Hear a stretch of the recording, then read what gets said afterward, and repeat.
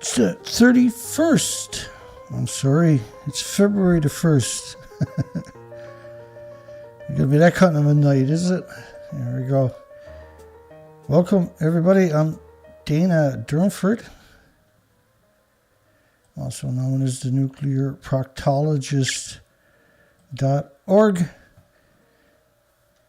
And you can call in if you like at 709-589-4406. And if not, I'll be happy to do all the talking. We got a big show. We got 180 stories from the last 24 hours. Well, I was wondering what was going on recently. We were seeing this increase of stories on nuclear. And so there's a lot of theories, right? This is just another one of these theories. But because we covered a 24-hour news cycle 5 days a week during these shows, but I still work on the other 2 days. What you're seeing is the nuclear industry is dying. It's drowning. And you can also see that reflected in my views. I got 4 viewers. We're crushing it tonight. And 7 votes. Now, we always got, even with the censorship, I always got 7 votes before I start. But the poll tonight is a nice poll. Should nuclear students' parents be sent to Fukushima and nuclear meltdown to help the hero homeless? And the idea that is the parents are, a lot of these nuclear students, the majority of them, 97% of them, are inbreeds. Their parents worked in the nuclear industry. Their parents worked in the nuclear industries. There's 9,000 facets to the nuclear industry, including dirty bombs, depleted uranium munitions. The A-10 Warthog only shoots depleted uranium munitions. And Japan only serves depleted uranium munitions from nuclear meltdowns. That's a poor attempt to play on words. Unfortunately, we got 180 stories to get through because nuclear's been panicking. So we might as well jump into it. Hi, everybody. Hope everybody's doing good. Thank you, Colette. James Lucet, thinker. Let's get after it, eh? Let's get after it. And here we go. So we've seen the fuel price artificially inflated. Once coronavirus started, the price of fuel dropped. Right, it dropped unbelievably. And then in increments over the last 2 years, and coronavirus, of course, is the cover story for Fukushima radioactive fallout worldwide. And the idea of artificially inflating it is to make nuclear competitive. All of Japan's 10 regional utilities have slashed their earnings estimates. Don't put all your eggs in one basket, their energy producers. If they had jumped on the renewable industry, they wouldn't have that issue, would they? A sake tour of Japan. Does it get worse than that? You get a taste of the nation's best radioactive. Well, you can always open the Fukushima, where they have multiple ongoing nuclear meltdowns, opened a sake shop, the prefecture government, in New York City. Try wrapping your mind around that. Oh, look at us. We're drinking sake. Bless your little hearts, but you're being poisoned. You're drinking it in a nuclear wasteland. And do you really think that you're smarter than nuclear? You think nuclear's, you can't get around the 1,800 illnesses and diseases and autoimmune deficiencies and injuries that will manifest and be diagnosed long before cancer, which is normally latent. And the cure for cancer is DCA. I'll show you that later. Fukushima Prefecture, Sake tour of Japan, wouldn't be complete without the darling of the Japan's sake industry. The darling. Nuclear meltdown. Hello, is there anybody home?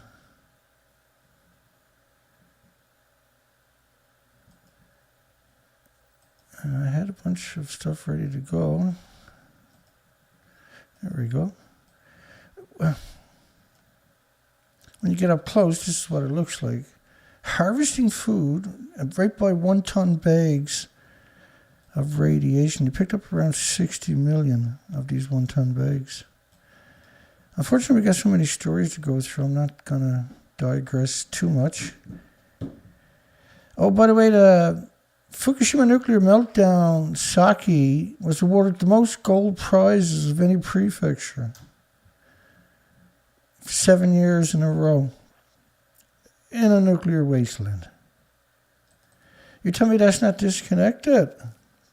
Europe is losing nuclear power just when it really needs energy. Yeah, well, there's renewables, according to the International Energy Agency, said that there was 333 nuclear power plants, 291 gigawatts, where the renewable energies came online in the last 12 months. And then the year before was 260 gigawatts. That's 633 nuclear power plants worth of renewable energies in 24 months. Can you build 633 nuclear power plants in 24 months? Even if you had the whole planet behind you, you still couldn't pull it off. And that'd be goodbye a lot quicker to all the species, would it? Europe is losing nuclear power just when it really needs energy. And one thing we've seen is this utter panic from the nuclear industry, where, nothing can exist unless the nuclear industry exists. As the Fukushima disaster unfolded, then German Chancellor Angela Merkel made a dramatic decision that delighted her country's anti-nuclear movement. The anti-nuclear movement is a percent of a percent of a percent of a percent of a percent of a percent of a percent of a percent of the population. And if somebody writes an article in a major media and denigrates the nuclear industry, the nuclear industry, would be 5,000 lobbyists will write that media immediately and telephone them and Twitter them and email them and Facebook them, shaking their fists. Right? It's a very powerful weapon to have a big lobbying group come after you. Delighted our country's anti-nuclear movement, pro-life movement, wonderful people doing moral and ethical things with the moral high ground on top of that. At the worst possible time for nuclear. Wholesale power prices more than 4 times what they were at the start of the fake pandemic. China is moving fast on nuclear to try to clean up its air quality. And so they love putting all of these little, and the media didn't write the story. This is the nuclear industry wrote the story. The media puts their author's name on it. They're fake journalists. Name on it. That's how they make their monies. All industries, that's what they do. That's what a media is now. It's a public relation firm. And like BP Oil's campaign in 2005 to downplay a major ocean spill was the beginning of the carbon footprint, where they blamed you for using oil, not them for providing it. It's, instead of buying nice ships, they bought old ones. It was your fault because you demanded oil. They had to supply it, but that was their business model. It was to go supply the oil. But they wanted the biggest profits imaginable, and so they polluted the whole coastline and destroyed an ecosystem. Japan is moving fast on nuclear China. China's not, like, nuclear in China at its peak in the near future will be about 5% of its energy. So saying something that produces 5% of your energy is going to cause the air quality to improve, it's not delusional, it's a lie. It's a blatant, evil, insidious lie. The hell was that, Dana? That's Dana. That's the way it goes in this world. I can't do anything right, can you? I was supposed to have that fixed earlier. There we go. China's so like radioactive fallout is your biggest problem worldwide. Hang on. Because you can't see it or smell it or taste it, hear it or touch it or feel it or pick it up or throws rocks at it. Does that mean that it doesn't exist? This model is based on 20 days. If you let the model run for another 20 days, the plume covers the rest of the planet in the model. Unfortunately, the plume kept going, the model didn't. But that's radioactive fallout covering the entire planet with a continuous plume. So it's time to walk away from nuclear. It's time, right? That's too much. You wiped out the majority of the species and you denigrated the rest of them. And then invoke really, people keep doing this, invoking the World Nuclear Association, which is the lobby group, which is illegal under the constitutions because they piggyback in on the slavery laws and gave corporation human rights. There's no incentive for them not to be evil because they're a corporation. The type of corporation that they are protecting has no incentives. Rather, my apologies. France, Europe's most prolific nuclear energy producer. France, my goodness, where do we even start? Is promising an atomic renaissance at the very end of the lifespan of their reactors, at the last minute. And they got 2 reactors the French government is currently trying to get the kinks out of, and they're a decade behind it and almost double the cost. And they just shut off another reactor today, by the way. And now they're burning coal like crazy. I like coal. I got no problem with coal. Just don't put it in the communities. And if you're right by it and you get sick, just move away 20, 30 miles. You'll be okay.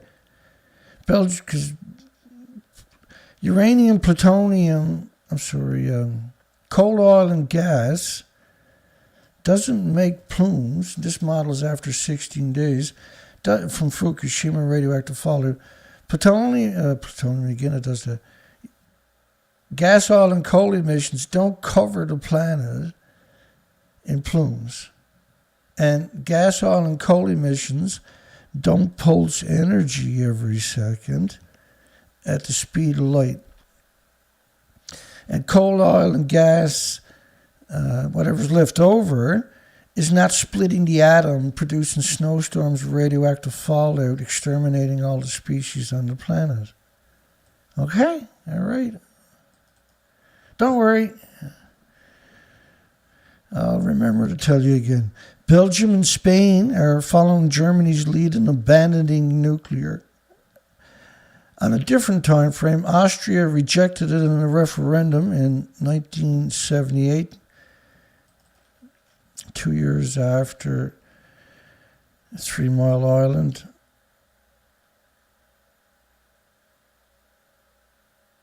Nuclear power is seen by its proponents as vital to reaching net zero targets by its proponents.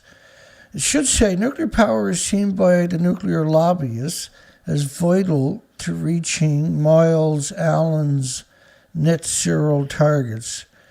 Right? And so Miles Allen had wrote a paper where he coined the phrase net zero. He became the father of net zero, right? James Hansen became the father of climate change. BP Oil became the father of carbon footprint. And the United Nations just jacked these papers and said, hey, this is great. We can weaponize this and blame everything on the population. Thanks a lot, BP, and that's what they done. Once built the low-carbon reactors, electricity all the time, unlike intermittent wind and solar. Well, if you took wind and solar and you use compressed air storage and pumped hydro, and then also geothermal, because you know it's going to work 24 hours a day, and you don't need storage, and tidal zones, with compressed air storage, you dig mine shafts, compress air down to it, and pump hydro where you pump water up a hill, problem solved. That's the solution, obviously, right? It's obsolete technology. We know lots about it. It's easy to replicate. You don't need a bachelor or stupid to do it. And the only reason nuclear is intermittent, like if, you know, these small modular reactors that don't exist really, not even on paper, they're 100% failable. The better chances of finding a unicorn than you have of getting a small modular reactors. Because the economy is scales. You need a lot to make the money back, right? That's why you have big reactors in the first place. But if they took the same willpower they're throwing at small modular reactors for storage, like compressed air storage, where you dig big mine shafts and low pressure air down there with excess energy, and pumped hydro or geothermal or tidal, because you can predict the tide for 300, 400, 500 years. You don't need batteries with tidal because it's the same as your hero nuclear. Reactors supply low carbon, and they don't supply low carbon. They're always hemorrhaging radiation 24 hours a day from the fuel pools. It's a death machine for the entire planet. The fuel pools currently on the planet, 1,000 of them or more, are hemorrhaging radiation because they're still splitting the atom. That's why the fuel is in the pools. Then there's the waste, which stays hazardous for 100,000 years. You hear them 200,000 years and 300,000 years. And they just say that because that's a long time, right? It's millions of years. Despite growing international calls to address climate change, well, nuclear can't address climate change. Nuclear is climate change. 75 years. Now, this model is from Fukushima radioactive fallout. It's only 20 days, so it's not a full model. But it's pulsing energy at the speed of light, an invisible cloud. And the numbers we're talking about in this invisible plume, say for iodine-129, are 220 million atoms per liter of rainwater. And then there's going to be 20 million atoms of this and 100 million atoms of that. You know, the different fission products, because it doesn't travel by itself. And all of it's pulsing energy at the speed of light every second for millions of years. Gas, oil, and coal don't do that. They're trying to displace everything and just have nuclear. They're just greedy and stupid. The global scumbag nuclear industry remains largely on its heels, where it should be on its back, kicking and screaming. It's coming. European Union members are still quarreling over whether nuclear even counts as sustainable. And Europe will need to invest $568 billion to build a new nuclear power plant because they got to steal the majority of it. That's why reactors are so expensive. And nuclear over the next 30 years, it's actually around 50 million. The nuclear industries, well, we better, we always come in and under, and we always, because if the nuclear industry will do, we can build it for about $1.5 billion. And when you get the bill, it's an extra decade later, and it's $23 billion. Like, we didn't know that the prices were going to be so expensive. I'm a physicist, not a... It's carbon reduction targets. Again, you can't reduce... nuclear is the most carbon-intensive thing in human history. It boiling, each plant is boiling around 2 to 2.5 billion gallons of water a day. And a glass of water would typically have 1 billion creatures in it. And 75 to 100 million of them would be the phytoplankton, which is the basis of the food chain, the oxygen chain, the carbon sequestering chain. And the other 925 million creatures in each glass of the 2.5 billion gallons. So divide glasses into gallons, multiplied by 1 billion creatures each day. And then the emissions from the fuel pools are insidious. Germany, which has missed its carbon emissions target for the past 2 years, has been criticized by environmentalists. Like Michael Schellenberger, the lobbyist, the fake environmentalists, and climate scientists, whose solution to even a bad haircut is more nuclear power plants in the country. See, why not use science? Why use pundits for the nuclear industry? Why use lobbyists for your narrative, for your evidence? 3 decades of anti-nuclear protest. Right, there was one nuclear power plant in Germany where people actually protested for 35 years. As a humble protest. I think it was once a month on a certain day or something. Don't quote me. But it was 35 years of protesting at the same plant. The 1986 Chernobyl meltdown sent plumes of radioactive fallout wafering over parts of Western Europe and helped galvanize the broader populations. They closed 9,000 farms in Ireland and Scotland, United Kingdom, 3,000 miles away because of radioactive fallout from Chernobyl. And 400 are still closed today. By 2024, 5 of Britain's 8 plants will be shuttered because they're too old. Hinkley Point, which is going to be built in farmland, I'm not laughing, I'm trying not to cry, is due to finish in 2026. In a nuclear wasteland. It's surrounded by farms, rather. Farms in a nuclear wasteland. Which was the poll we had last night. Should all farming be banned within 50 miles of a nuclear power plant? Which every farm within 1,000 miles by right should be banned. Nuclear fallout is it's not a game.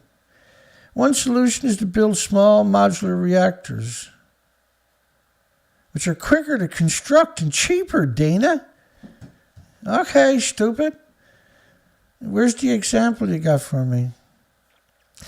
One solution to build small modular reactors. So you got every country out there, we're going to be the first man with a small modular reactor on the planet. You watch. At least before 2050. Now, if you took half the energy, half the monetary, and 1/100th of the scientists, because you discharge all the scumbags and you're left with just a couple of handfuls, you can come up with renewables, like pumped hydro and compressed air. I think the real winner is geothermal, tide zones, tidal, because the tide runs one way, then runs the other way consistently for 1,000 years, right? Geothermal is huge. And compressed air, you're just going to dig a tunnel and pump air down in the tunnel with excess energy. And because it's compressed, it's a lot of air when it comes out. You can store a lot in a tunnel at low pressure. If you took all that energy that they got for the small modular reactors, we wouldn't be in the boat now, would we? Everything would be fine. We'd be sailing off into a future instead of drowning in a big cesspool called Earth, nuclear Earth. Nuclear isn't an answer to the current energy crisis or the future energy crisis. European Commission wants to declare nuclear green. I tell you, I swear, I'm not taking no bribes. It's green. You can trust me. Nuclear power plants would be deemed green if the site can manage to safely dispose of the radioactive waste. So when you take the fuel out of the reactor, you put your fuel out of the reactor, and then you put it in a pool where it boils off about 120,000 liters a day. Year after year, you're adding more fuel. Year after year, you're adding more reactor cores into the fuel pools. And so when the water boils off out of the fuel pools all day, every day, it's releasing these isotopes. And these isotopes, of course, are so many and so much of them that they're actually releasing neutrons, which are hitting other fission products, and they're splitting them in the atmosphere. You have a chain reaction going on where this is growing thicker every day on its own because you release so much. That's the ultimate outcome of this. And this is what we're seeing happening now. This is climate change, and it runs away. So the whole planet is now kind of a small reactor where it's producing ionizing radiation on its own, particularly like in Japan, because there's so much, and Canada and the United States, where there's so much has come through because of the ongoing emissions from all the fuel pools worldwide and the nuclear meltdowns in Japan. But the problem is also that this stuff is pulsing energy at the speed of light. And think of each pulse is like an explosion. So the pulse is in every direction. They're hitting each other at the speed of light and changing direction at 186,000 miles per second. And when it does that, it creates another effect besides gamma and alpha and neutrons and betas. It's creating an X-ray. And it's an insidious X-ray. And it sterilizes all the insects in your forest and everything. Because this stuff pulses energy. It doesn't really settle down typically, right? Unless there's dust or rain binding it or snow, and that causes it to settle down. But it has the ability to hover, and pulsing energy is like a little nuclear engine, keeps it from, with no adjectives or regions, being able to actually correlate into the soils and assimilate into the plants and the roots and everything else, which is like, you see Japan with their radioactive pollen at absurd numbers. You also see it liberated in the fog and dew in the mornings. And so every facet of nuclear, the Geiger counter is clicking along up there because this is happening where I'm too. And it's just pulsing energy every second at the speed of light. It's insidious, isn't it? Nuclear is not green or clean or carbon free or too cheap to meter. Excuse me. To be clear, nuclear power is not green and cannot be. It's not a good end goal nor a transitioning solution. And Europe and the world today should organize against nuclear power as a fake and dangerous savior. I like that. Nuclear reactors are, in the best case, designed to withstand a single earthquake with a maximum of 7.0. Wow, that's good, because that's the biggest earthquake Japan gets is a 7.0, right? See, Japan got another scale that they use. It's a 0 to 1 scale. So they had a 6.8 earthquake in 2018 and at Quito, up in the Northern Islands. It dropped every side of the mountains for probably 100 square miles. Every side of the mountains had landslides all the way to the bases. Never seen nothing like that anywhere on the planet. No pictures like that ever existed before. And was 20 kilometers away from a nuclear power plant, right? But the world sat and stupid land because, it was an upper 6 on Japan's scale, but it would have been a 9.5, 9.6 on the Richter scale. The Richter scale. I always give it a little.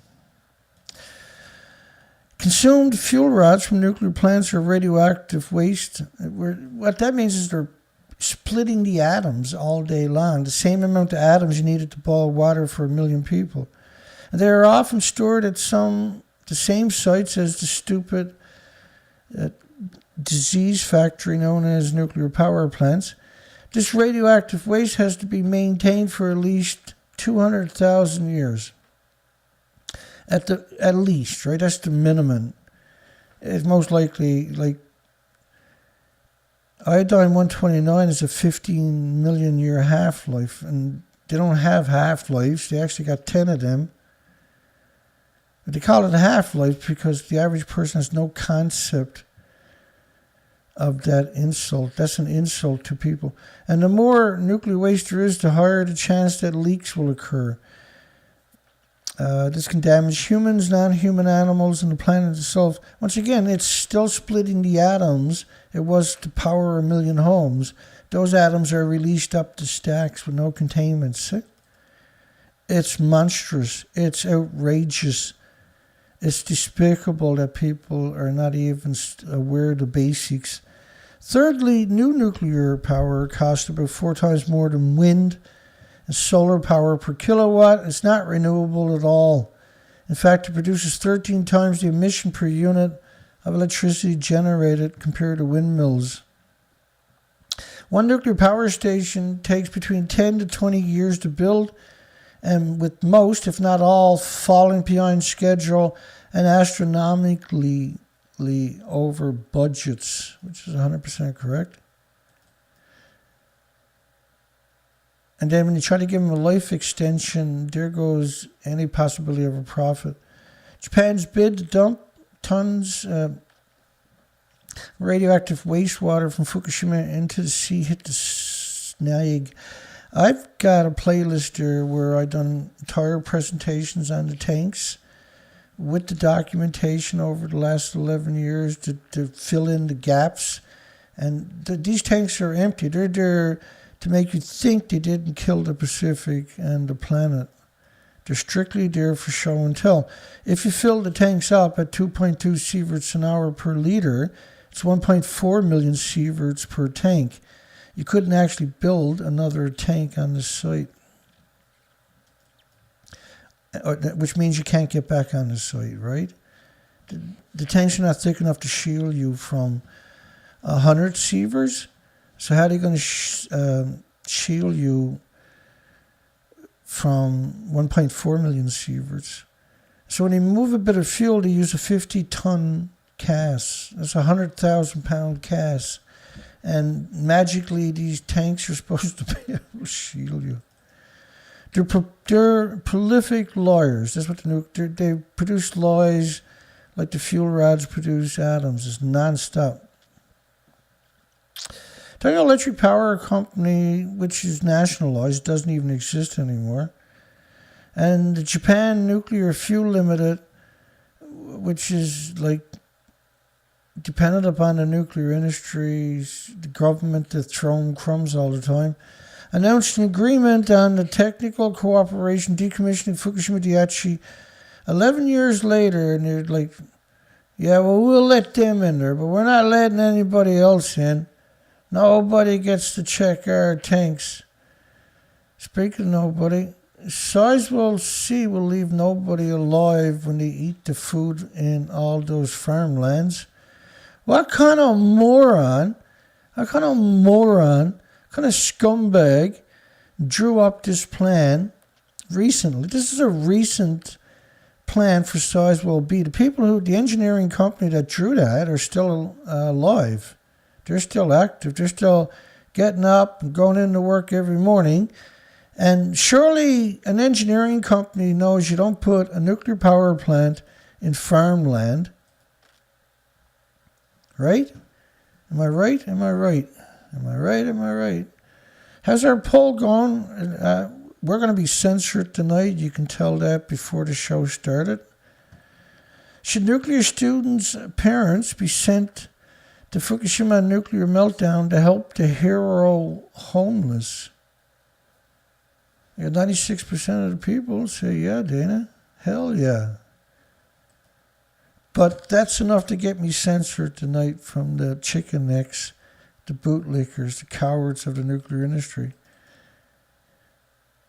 Sizewell, which I don't mind really, because I would rather have the censors here monitoring me than home raping their pets and their children, right?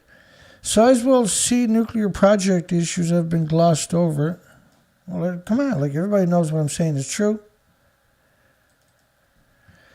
The first is the appalling state of EDF finances, which we've covered extensively over the last decade in particular. The second is that China General Nuclear Power has a 20% stake in Sizewell C. You got broke-ass EDF that can't even cover their own reactors and get them up and running, let alone the ones in their own country. You got China just pulled out, and China owns 20% stake in it. You really think the UK government is going to buy them out? That's a joke. And the third is that 100 million euros that the sterlings that they just gave this disease factory known as Sizewell C represents just 0.5% of the total build. 0.5%. 0.5%. And they gave it to him, right? To try to get him moving forward. Because in 2 years' time, they got 5 reactors going offline. It will not be enough, and that should have been offline 10 years ago, right? Because they're brittle. It will not be, and they haven't even decommissioned a single reactor or submarine in the United Kingdom, but they have this arrogant, hubris, pompous bunch of crazies that call themselves the decommission authorities. They're not authorities and they're not decommissioning, are they? It will not be enough to track any sizable pension funds. Like, that's disturbing that they're getting pension funds to invest in the nuclear industry. That's disturbing. That's exactly what you expect from an industry that builds nuclear power plants in farmland, right? Every crop harvested is a lethal dose to some victim that eats it. It's truly one of the most disgusting things you can do is build this in farmland. It's not disgusting, it's absolutely unequivocally evil. That's evil. Decommissioning nuclear plants are no environmental threat if closed properly. And of course, we've never seen one closed properly. It usually takes up to 100 years. 8 nuclear reactors and 6 sites have been shut down permanently in the Great Lakes. You know the Great Lakes, one of the biggest freshwater repositories on the planet? Yeah, that Great Lakes. And all nuclear power plants are built uphill. Of them, only one, Big Rock Point, has been fully decommissioned. And all of them are full of fuel pools hemorrhaging into the Great Lakes. All that remains is 500 acres of 8 spent fuel tanks that are still splitting the atom into the environment, have to be filled up with water every day. It's horrific. Like, it's unbelievable. We should have the militaries of all the militaries, all NATO, all United Nations, because they're all 193 militaries, right? They're not actually somebody good. But let them do something good. Let them go down and sacrifice themselves at Fukushima. Or Santa Susana, right? Or Mayak. Or go start collecting all the tens of thousands of dumps they got out in the Pacific Atlantic Ocean. Russia's got 18,000 dump sites in the Arctic Ocean. They got that one covered. So saying there's 500 acres and 8 spent fuel pools, ponds, tanks You can call them tanks or ponds or pools, but they probably got 6 million pounds in each of them. Say enough there to produce energy for, say, 6 million people. And it's not producing that energy. It's not under 1,000 psi at 700 degree Fahrenheit temperatures no more. It's in a pool boiling that water off all day. And what that means, though, is each liter's probably got 1 trillion radioactive ionizing atoms into it. Because what happens with the rods, they're only 5% efficient. They can only be used about 5% efficiency. They're put into the pools because they're so fragile. They got trillions of microscopic cracks that are also hemorrhaging isotopes. Because the neutrons are still splitting the atom, right? They did for 1 million homes. Think about how you can put 2 million atoms on the head of a needle. You can't see it. How many atoms does it take then to boil a glass of water? By proxy, how many does it take to boil 10 million glasses of water, 10 billion glasses of water, rather, which is what a nuclear power plant. It's astronomical, see? So when you take it out of the reactor where there's a containment, all the radiation takes off right away, which is why they bring in 1,000 people from outside to do it. You put it in a fuel pool where it's hemorrhaging all for thousands of years, atoms, invisible snowstorm covering the entire planet. That's what it really looks like anywhere in this area up there, right? It's going to be just endless atoms falling on you. It's like raindrops, except you can't see it or smell it or taste it or hear it or feel it or touch it or pick it up or throws rocks at it. So EDF is flat ass broke. China got the boot. They gave him a measly 100 million sterlings a couple of days ago. It's not enough to attract any sizable pension funds. As a consequence, our energy bill will need to go up to provide the 20 billion of funding. Decommissioning nuclear power plants are no environmental threat. That's where we left off. It's common for closed nuclear power plants to be considered abandoned. Demonic demons, eh? Decommissioning nuclear plants are no environmental threat, and that's exactly what they are. They're always hemorrhaging radiation from the fuel pools. It's really the most terrifying scenario you can imagine. And it's the biggest secret of the nuclear industry, the biggest unknown secret. The only spot you're going to hear about it is probably right here. The NRC says the production of nuclear power is harmless to the environment. The non-regulatory commission says the production of nuclear power is harmless to the environment. Really? Like, wow, man. That's a great job you got. All you got to do is be a scumbag when somebody... In fact, you don't even have to call. We know what the NRC is going to say. Why bother calling them and giving them $50,000? Nuclear energy bias has potential to harm New Mexico economic future. Bias towards genocide machines. Yeah, seen it all today. Yet, as with all things in the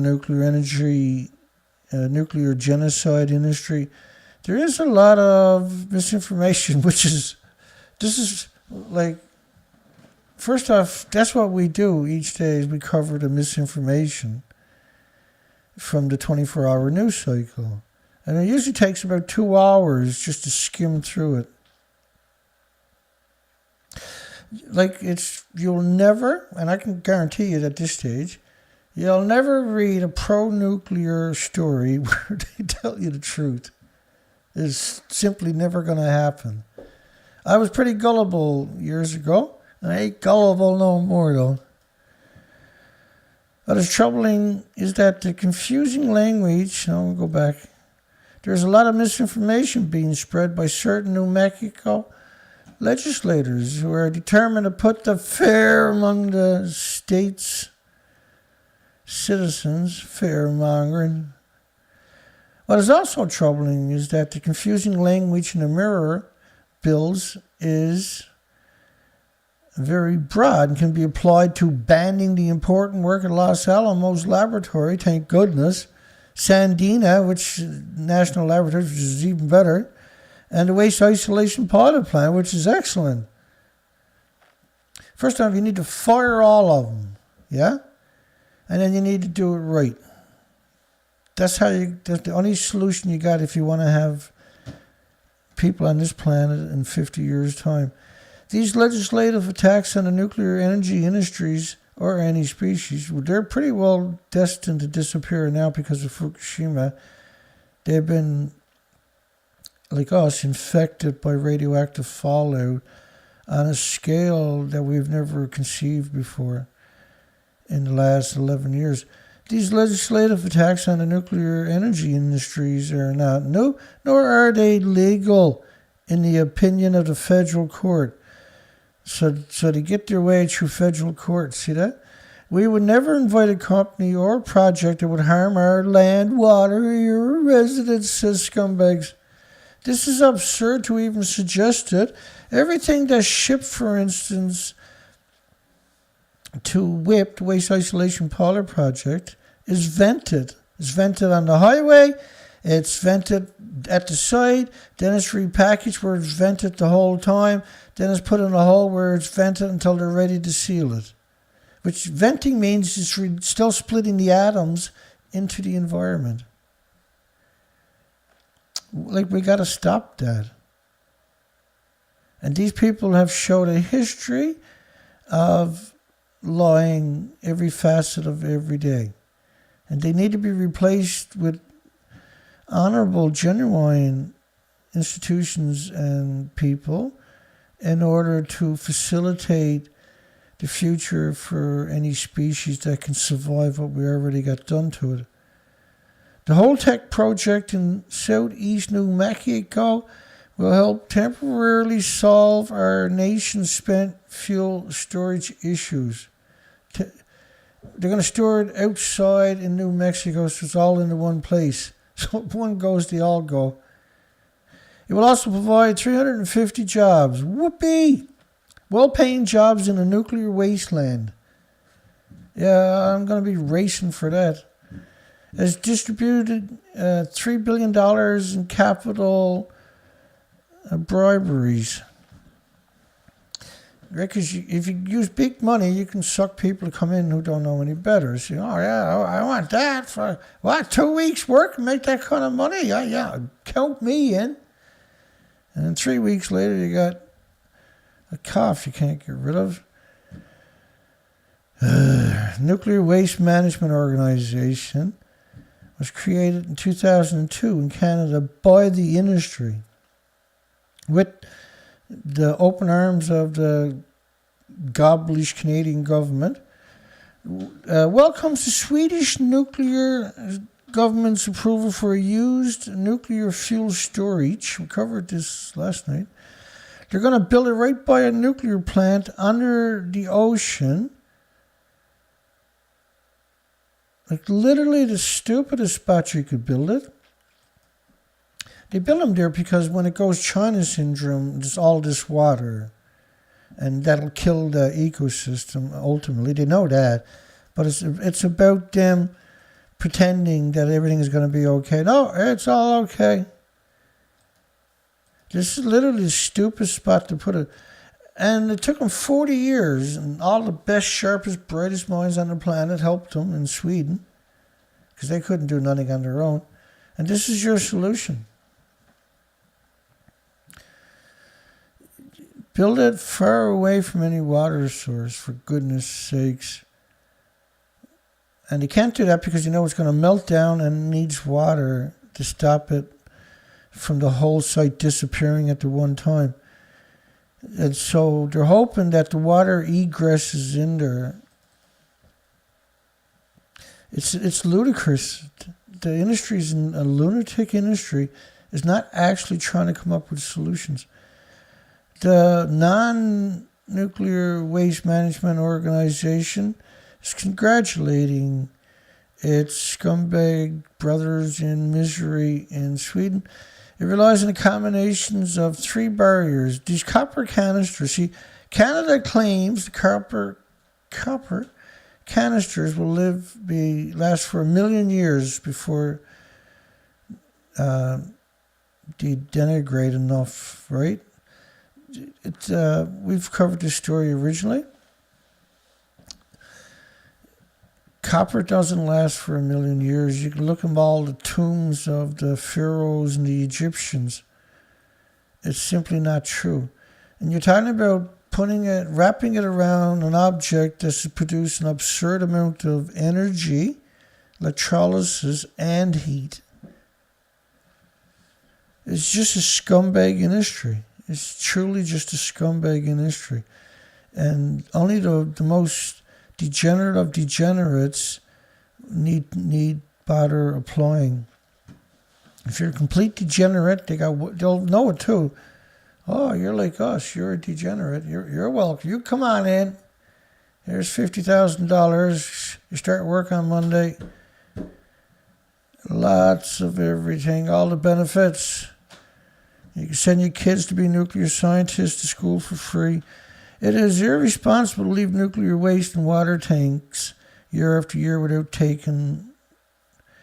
making a decision, is what they probably meant to write there.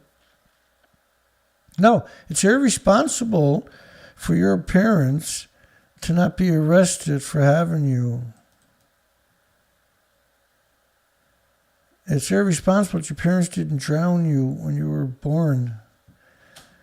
Lori Swamy, remember we've covered her at least 3 dozen times.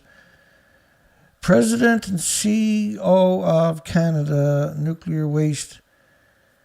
Right, she's not a Canadian per se. She wouldn't do this in a farmland community. It is exciting to see our international counterparts moving ahead. Really, it's exciting? She added that the announcement demonstrates continuous scientific consensus of a deep hole in the ground is the best solution. 75 years, and that's the solution. We're thinking about it. We're working with engineers and academics and physicists, and we kind of all agree that if we dig a big hole in the ground and put it down there, that'd be pretty cool. That's the cheapest way to do it. No one's going to be checking. Dump it into Lake Ontario. I don't care. Give me the money for the hole in the ground. Give me that $28 billion for the hole in the ground. The degenerate nuclear waste management organization, full of scumbags and cowards and child molesters, has collaborated with its Swedish monster counterpart for the last 15 years. The Nuclear Waste Management Organization Canada bought 1,500 acres of prime farmland. Prime. And they're now looking at Inglis at more farmland, surrounded by farmland, where they want the farmers to keep farming. Everything is vented. It's actually evil when they do this kind of thing. It defies evil. It's way worse than evil. They aim to choose between Inglis, South Bruce, Ontario, for its proposed storage site, right, not too far from one of the biggest aquifers on the planet. Why nuclear power is safer than ever. And so every day there's this bombardment of lies, and there's seemingly no end to this, to these people. And oftentimes it appears there's way more evil people than good people on the planet. And if you only cover nuclear, unfortunately, like I do, then it seems like there's nothing but 99% of the planet is pure evil. It's not that way at all, of course. But because you can't find a nuclear story where they're going to tell you the truth. It has to be some blog or something, right, where they learnt about it and they came out and said, hey, did you know? You're not going to get it from the media, the mainstream media. They're unequivocally, they're going to have the World Nuclear Association write the article. They're going to put their name on it and get kicked back, get their paycheck that way. That's how they make their living. And it's just going to destroy the planet. And then nobody's ever done a nuclear news show on the 24-hour cycles to help. Because like if you watch a single one of these 2-hour presentations, what you realize is nuclear industry is incapable of telling the truth. And when you got a group of people that live in that paradigm where they don't have to tell the truth, right? There's no incentive not to tell the truth. They become extremely complacent. The industry does. It has no fear. See, nobody's going to come out and say that's bad, man. It's not going to happen. They're going to cover it up and blow it off. And who cares how many died because of it? And that contempt, you can see it when they build. Almost all nuclear power plants are built in farmland. Not that anybody's ever going to show you that either, right? Never mind. I'm not bragging. I'm just saying it's just weird, man. For most people flying, really, we're going to go there, talk about airplanes again. We done that last night too, didn't we? It's one of the old... It's like an amateur move for the nuclear industry when they talk about airplanes. There's a similar inconsistency with nuclear energy despite public fears when measured in terms of deaths per amount of electricity. And we hear this narrative almost every single day. Oh, it's one of the safest and cleanest energy sources. It's the most dirty, the most dangerous in reality, right? So the safest and cleanest. And they got to do this propaganda. Because people in the nuclear industry, you'll start getting a high suicide rate if they start realizing what they're actually doing. To make the technology even safer over the last decade, scumbags have been working to create new reactor designs. Instead of coming up with solutions for renewables, they're like, no, we don't need renewables. We can make nuclear work. Give us one more try. Give us at least another 100 years. We'll figure it out. That are more efficient, in some cases can even be powered with mixed oxide fuel, radioactive waste. They sneak that in there all the time. And it's usually the scumbags at the World Nuclear News. That's who you expect to be doing that. Well, we're seeing it showing up everywhere now. Nuclear energy begins to spread in earnest after 1953's Atom for Peace. I showed you that at the beginning, the A-10 Warthog. Here, have some peace. Which are all dirty bombs. The A-10 Warthog only shoots depleted uranium munitions. Shoots 1.5 tons a minute. It's the animosity equivalent, according to a physicist at a Hamburg conference, a Japanese physicist at a Hamburg conference on depleted uranium. It's the animosity equivalent of 44,000 Nagasaki 15 kiloton type nuclear weapons of low-level radioactivity being emitted every minute from A-10 Warthog's munitions. It's catastrophic, see? That's catastrophic. That's the definition of super evil. A-10 Warthog. Grossi aims to strengthen non-proliferation regime.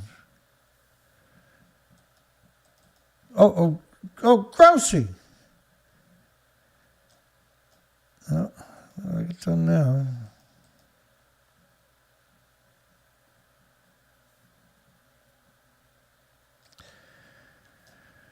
Oh, Grossi. He's not really the devil, is he? I don't know. He could be. The resemblance is striking, though, isn't it? He also looks like that guy going around sniffing people's seats. But he's the new guy. I got to make up one of these for Grossi, because he's the new head of the International Atomic Energy Genocide Machine. Let's get this show on the road, baby. Next. Giving control to artificial intelligence. Well, that's basically what we're using right now is artificial intelligence. I mean, come on, right?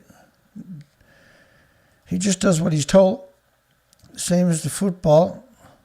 He does what he's told. You blew up Russia. Very well. Yeah, right away, boss. What's the code? Okay, she's on her way. Field work completes in milestone for UAM's small modular reactors. Field activities, carbon-free power project. I showed up a few years ago, right? The carbon-free power project. It kind of lost steam after the first year. But it keeps cropping up all the time, don't it? Carbon-free project. Nuclear is not carbon-free. It's... Never mind. Let's do it anyway. Why not?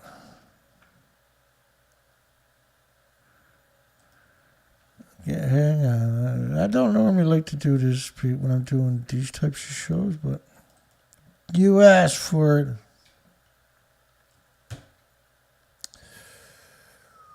First of all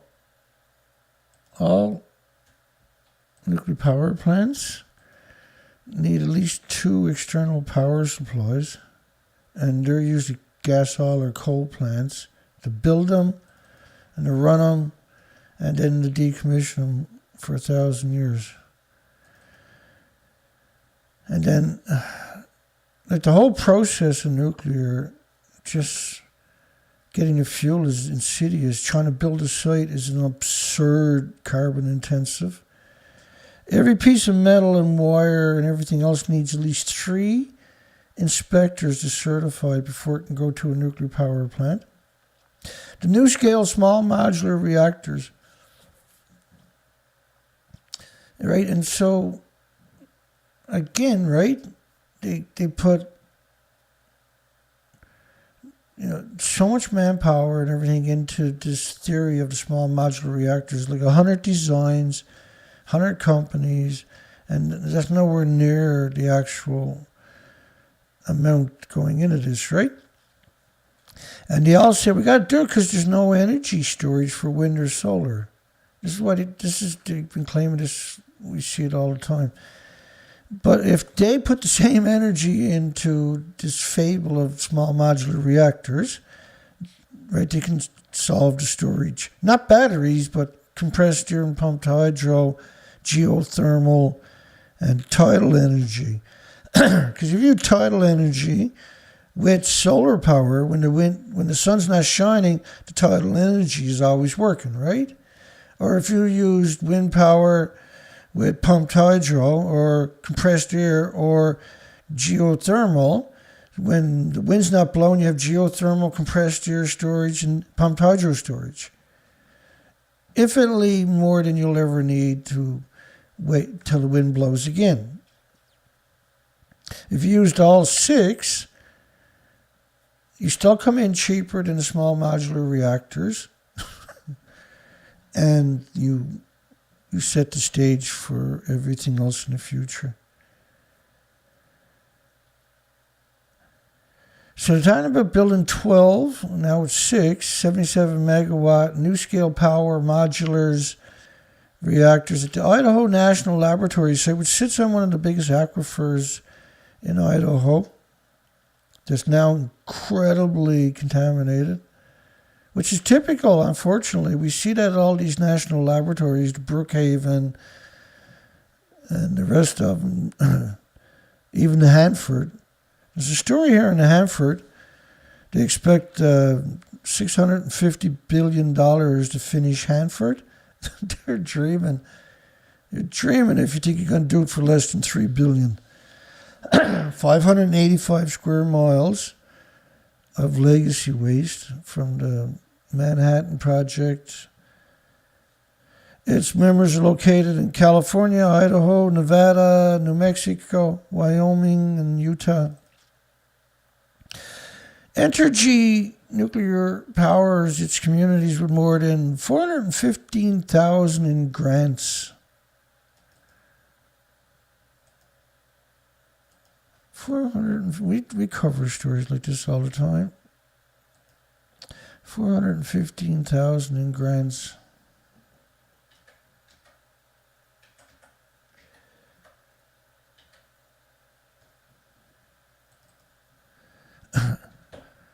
Wait for it.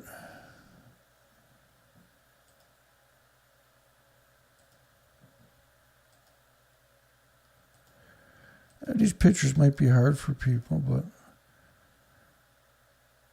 the truth shouldn't be hard. And we got 4 pictures for you of Chernobyl children in orphanages that are abandoned. That if Entergy gave them, these children, these shelters, 2 TVs each for each one of these orphanages for abandoned children because of Chernobyl, they can have something to do each day. Because they don't even have a TV or a radio. But Entergy got no problem giving out millions, hundreds of millions of dollars over the years, but won't give the victims of nuclear any comfort. Won't even give them stuffed toys for comfort and that are abandoned because of the nuclear industry, yeah? And they put in tens of thousands of hours of volunteer work, but they won't help the victims of radiation a single time. That's the legacy people will remember Entergy for, I can guarantee you, because I will work hard. Shuttle protein safeguards the nuclear poor. I didn't read through it all. I read the first bit. I will go back and read through the story and see, because I read a lot of different academic studies, and it's hard to wrap your mind around, but like your glands are one of the biggest, most important things in your body is your glands. They function, because regulate all kinds of functions throughout your body. Because most people think of heart and lungs and livers and stuff like that.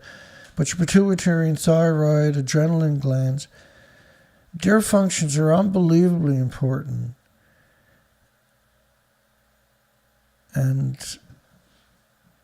what they're talking about there resonated. I got so many studies, I got to go looking through it to see if I can, if it's a piece of the puzzle I'm looking for something else. China starts up the first 4th generation nuclear reactor. They couldn't build Hinkley Point C, but they got their own reactor up and running. The first of 2 units of China's much-watched high-temperature. I'm not sure if these are high-pressure 2200 psi reactors. They're using a new technology. One thing we know about all nuclear is that it's unbelievable, filthy mass genocide disease factories. Decarbonizing shipping boats, ships with, there's 90,000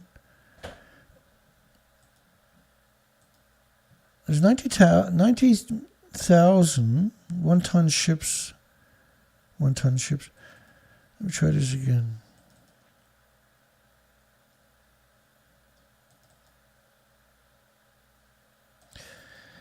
Here you go. There's a better way for you.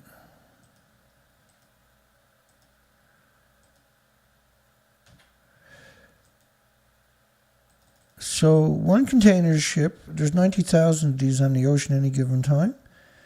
One container ship's pollution is equal to 50 million cars. 15 of them are equal to all the automotives on the planet. There's 90,000 of them on the ocean any given time, which is the equivalent of 42 trillion people driving automotives on a car every day.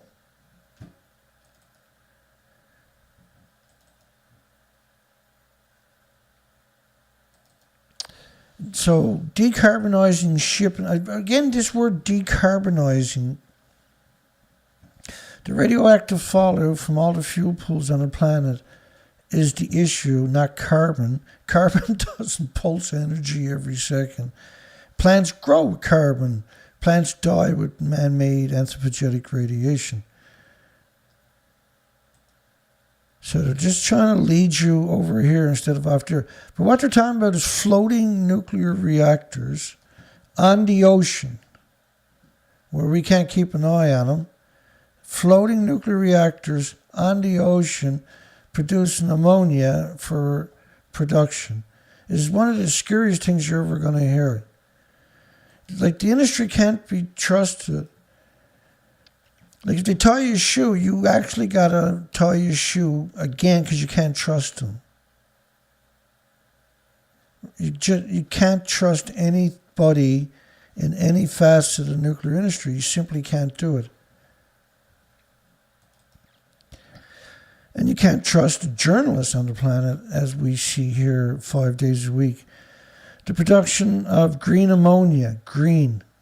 It's not green. They're calling it green like green energy, right? The production of ammonia at sea using advanced nuclear power, that doesn't exist, by the way, they're talking about, would be superior to production from renewables and non-marine atomic systems, because atomic power, plague, has the highest capacity factor of any power generation method. Yeah, and it releases so much radiation for the next 1,000,000 years, it can exterminate a planet. Because it's still splitting the atoms for 1,000,000 years. Moving the reactors to sea will allow for a substantial reduction in costs due to the lack of oversight and need for expensive civil engineering. You would think you would need a lot more civil engineering if you're going to put it on the ocean. LA Times today, is nuclear energy vital for the fight against global warming? No. Should your parents have drowned you when you were born? Yes. Are you a scumbag? Yes. Do you believe what you just wrote? No. Here's radioactive fallout from Fukushima according to France. Now look at it. Not my big head, but look at the model. Now, realize this is the entire Pacific Ocean. That this is the entire Atlantic Oceans. That this is all of a continent. That this is Iceland and Greenland and Europe. And this model is only 16 days of fallout. Coal, oil, and gas doesn't do that. That invisible cloud from the ocean floor to the upper lower troposphere is saturated with hundreds of trillions of atoms pulsing energy in every square meter at the speed of light for millions of years. Coal, oil, and gas doesn't do that. Carbon doesn't do stuff like this. That's global warming. And 75 years of it. Like if you take the taser bomb, was equal to 3,800 Hiroshima-sized bombs going off at the one time. That's a nuclear war in infamy. So imagine if Russia and Canada fired 1,900 Hiroshima bombs at each other each. Is that not a nuclear war? Well, it is. That's a nuclear war, Dana. Doomsday machine now given AI bots control over nuclear weapons. Could spark World War III and kill us all. They're going to do it anyway, aren't they? First UN nuclear ban meeting to be delayed again to summer. First is UN, United Nations, which is a corporation. They're not united. They're 193 militaries with no good intentions whatsoever that have infiltrated our planet in increments over 70 years and now a threat to everybody's civil liberties, freedoms, sovereignty, and a direct threat to all 8 million species that are left on the planet. People gathered in front of the atomic bomb dome, Hiroshima, January 22nd, the first anniversary since the treaty prohibition of nuclear weapons entered into force. Bless their hearts, really. Here you go. If you're a budding scumbag nuclear engineer, there's a job for you down there. Energy Department halts peak floor team contract award at the nuclear site. I thought today nothing could cheer me up till I seen that. That made my day. Because they're scumbags. We've covered them probably 300 times. in just the last couple of years alone. Energy Department halts big floor team contract award at nuclear site. That's such great news. Who's going to be the scumbag that's going to replace him is the problem. The U.S. captured Energy Department has passed a long-term contract worth up to $28 billion over the next decade. It awarded in late November to a Fluor Corporation-led team to operate and manage two large footprint nuclear weapons assembly and storage facilities based on claims by losing bidders against the agency for its ad hoc decisions. Protest alleges conflict of interest. The contract for the Y-12 and the Pantex, which is the weapons production facility,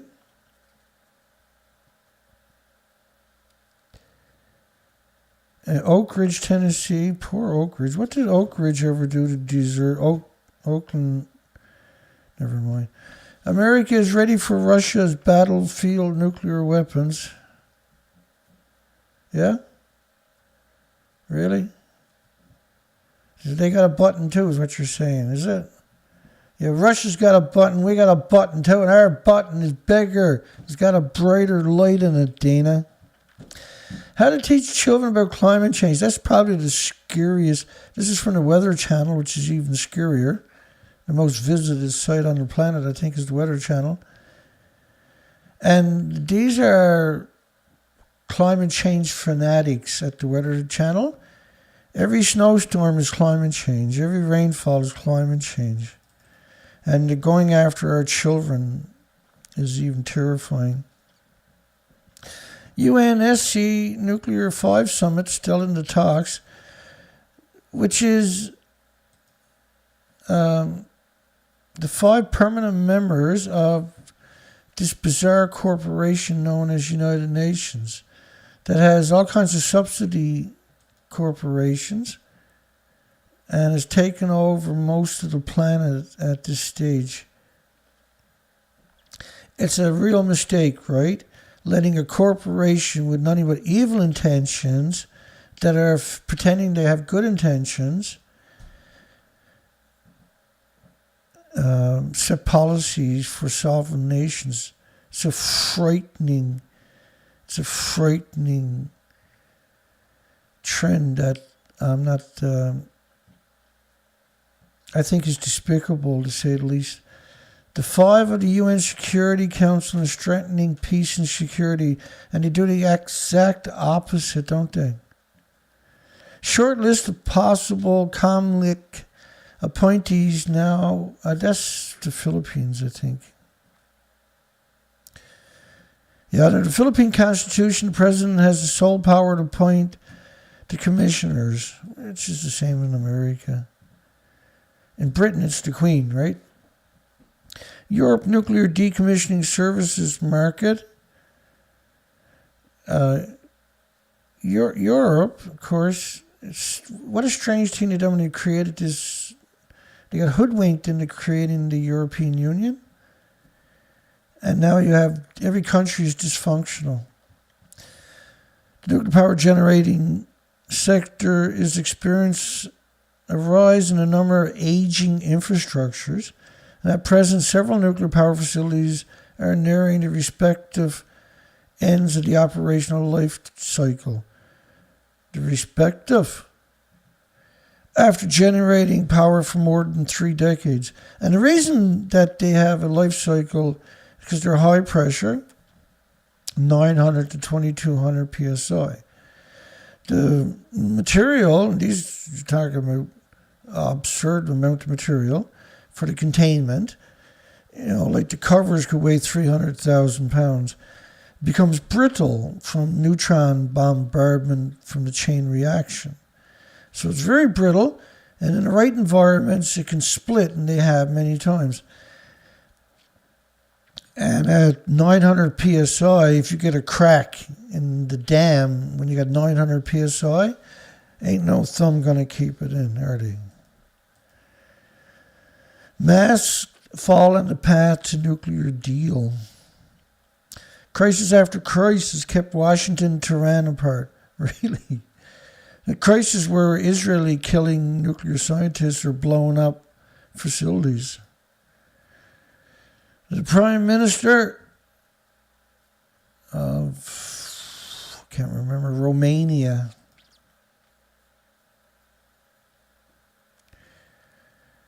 Extreme light infrastructure, nuclear physics. Again, the nuclear industry, like when you really, in one sense, you got to hate nuclear to do what I'm doing. You got to have a real hate on to come out and do 5 shows a week on nuclear. And I got to hate on because I've been studying them for long before Fukushima came along. And I was confused that this industry had no resistance, no real resistance.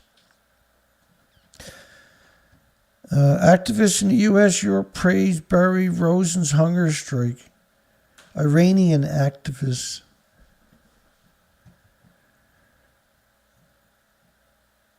Urgent action on the hostage issues. Every country is snatching people that they think is spies, including China and the U.S. and Canada. China and the U.S. must face harsh truths about each other. Again, when it comes to nuclear, it's one of the weirdest conversations you'll ever have. EU nations make last-ditch bid to stop green label for gas. They're actually suing the countries, right? Outside countries like Australia. Australia. Pro-nuclear, Dana. Like Germany and Austria. The newly developed artificial intelligence method evaluates vision loss. Newly developed. An eye disease that can lead to childhood vision loss is actually caused by radiation too. So living around a nuclear power plant or nuclear dumps or eating food grown around nuclear power plants can jeopardize your child's health too, right? Not can, but will. With 7 tests in a month, North Korea calls for the world to accept its missiles. United Nations bombed them into the Stone Age. That was their first thing they'd done. United Nations would go bomb the daylights out of North Korea. Millions dead, millions missing, 10 million wounded. They burnt down every village in the country with napalm. But North Korea is the bad guy. North Korea hasn't attacked anybody. America and Britain haven't stopped. Oh, this wasn't supposed to be there. Lioness kills the keeper and escapes a zoo with the mate in Iran. It's a sad story, isn't it? Well, they got caught and had her back in jail again. Under investigation with Liz Hayes returns Wednesday, tomorrow night. No, next Wednesday. Why do you always take these dramatic pictures, I wonder? On March 11, 2011, the Fukushima disaster in Japan was the greatest setback to the cause of nuclear energy in modern times.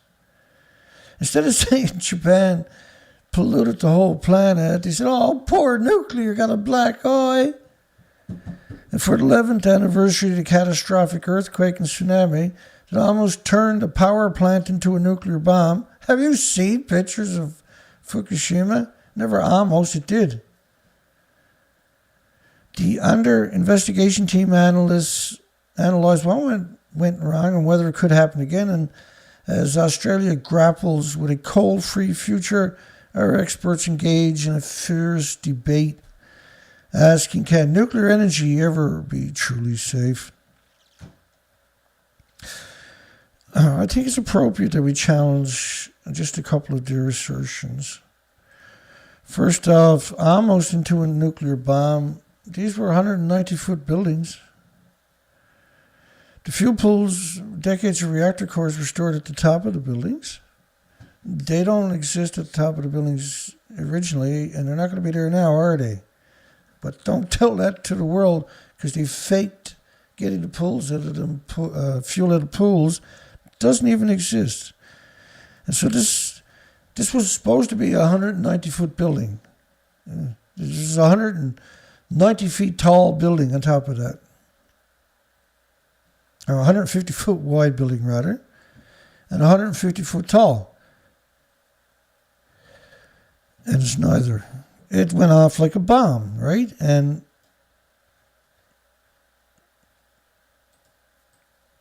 there's all kinds of depictions of it going off like a bomb. You want to hang on, I could probably find a video. Right there, there's one of them. Let me see. So this is a 190 foot high building where my finger is pointing. That's Reactor 1, Dana. I know, I thought it was Reactor 3. Maybe this is Reactor 3. Yeah, it's Reactor 3. 190 foot building where my finger is to. So does that look like a bomb? It was felt 25 miles away by an AP reporter. But does that qualify as a bomb? You see that stuff falling? That's the fuel pool and the reactor core. So do us a favor, Liz. Don't forget to put that, correct that part of your story, please. Top defense official was to report good progress on French submarine project weeks before they stopped the French, okay, I'm tongue twisted, contract for nuclear subs. The Australian government announced 2 weeks later it was turning to the US and UK. Dog was stabbed in the back for help to acquire at least 8 nuclear-powered submarines. And they need nuclear-powered submarines to catch the immigrants coming in, right, and put them on an island. Come on, face it. It's not like Australia's got an army. It's not like anybody's going to invade Australia.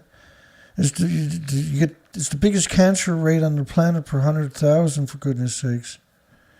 You seen what the British done to it from the Maralinga and Montebello, where they waited for the wind to blow across Australia before they set off their nuclear bombs.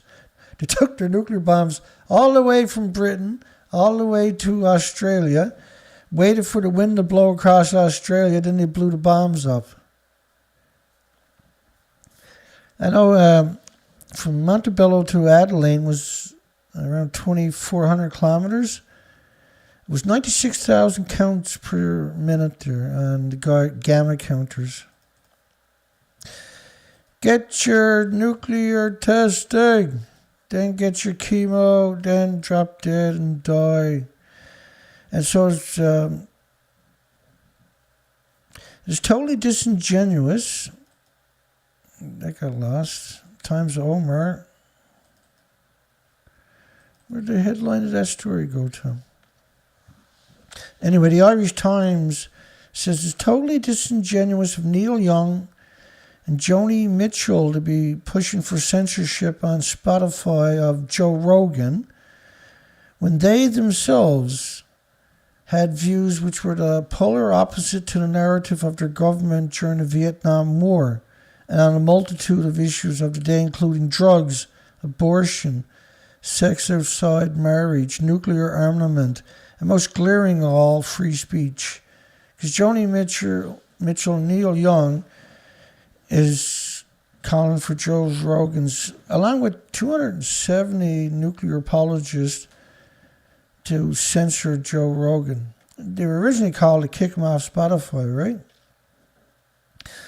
But look, you know, part of your, if you start giving up your liberties, you'll never get them back. You give up your freedoms, you'll never, temporarily, for security even, you'll never get them back.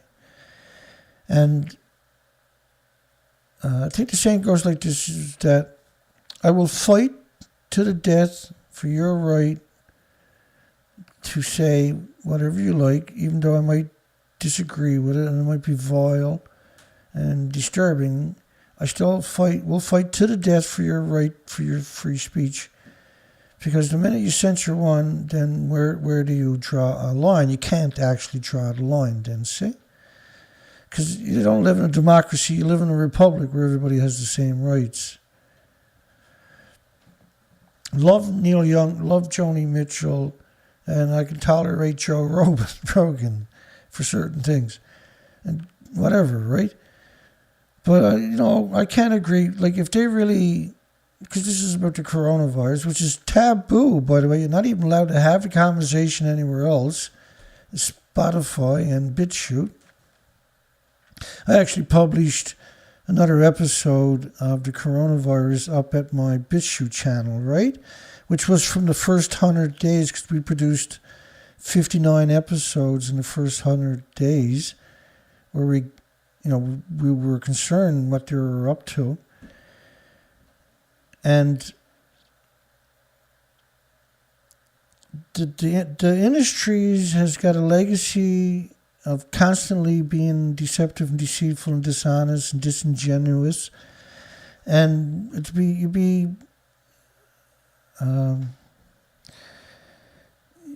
you would make a mistake to trust them on any facet of life anymore, because they have this legacy of constantly being manipulative.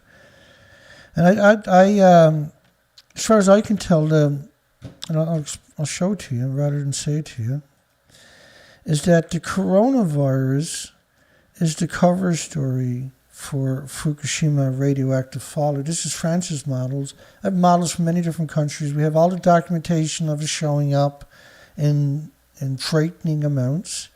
But what that implies, see, was that all the birds, all the animals, all the mammals, all the insects, and all the humans by proxy were infested by radiation. And radiation has a latency, 5 to 10 years before you really start seeing it manifest. And so respiratory, pituitary, thyroid, adrenaline is all emblematic also of COVID, right? But we knew they needed a cover story. We always waited for the cover story, and then it showed up. Now, at the same time, because they're human haters, we expected them to actually accidentally release a biological weapon into the environment. Didn't know it was going to be nuclear. We always felt it would be a man-made synthetic biological weapon, right? It would target a certain people. Let's keep going here. We got too much to get through. I just don't think that Neil Young,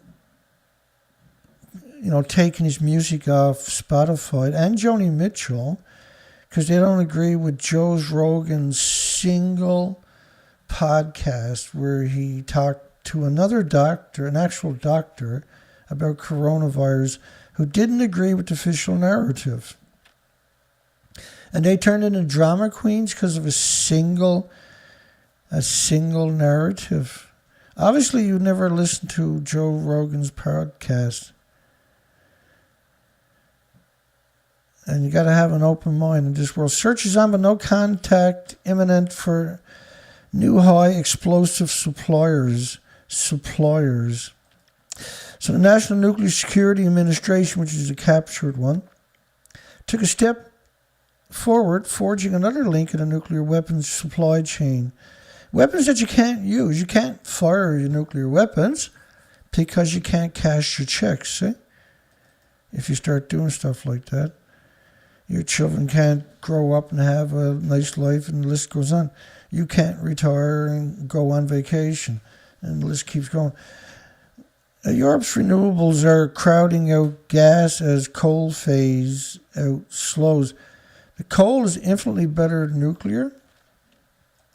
It's better to have 1,000 coal plants than a single nuclear power plant.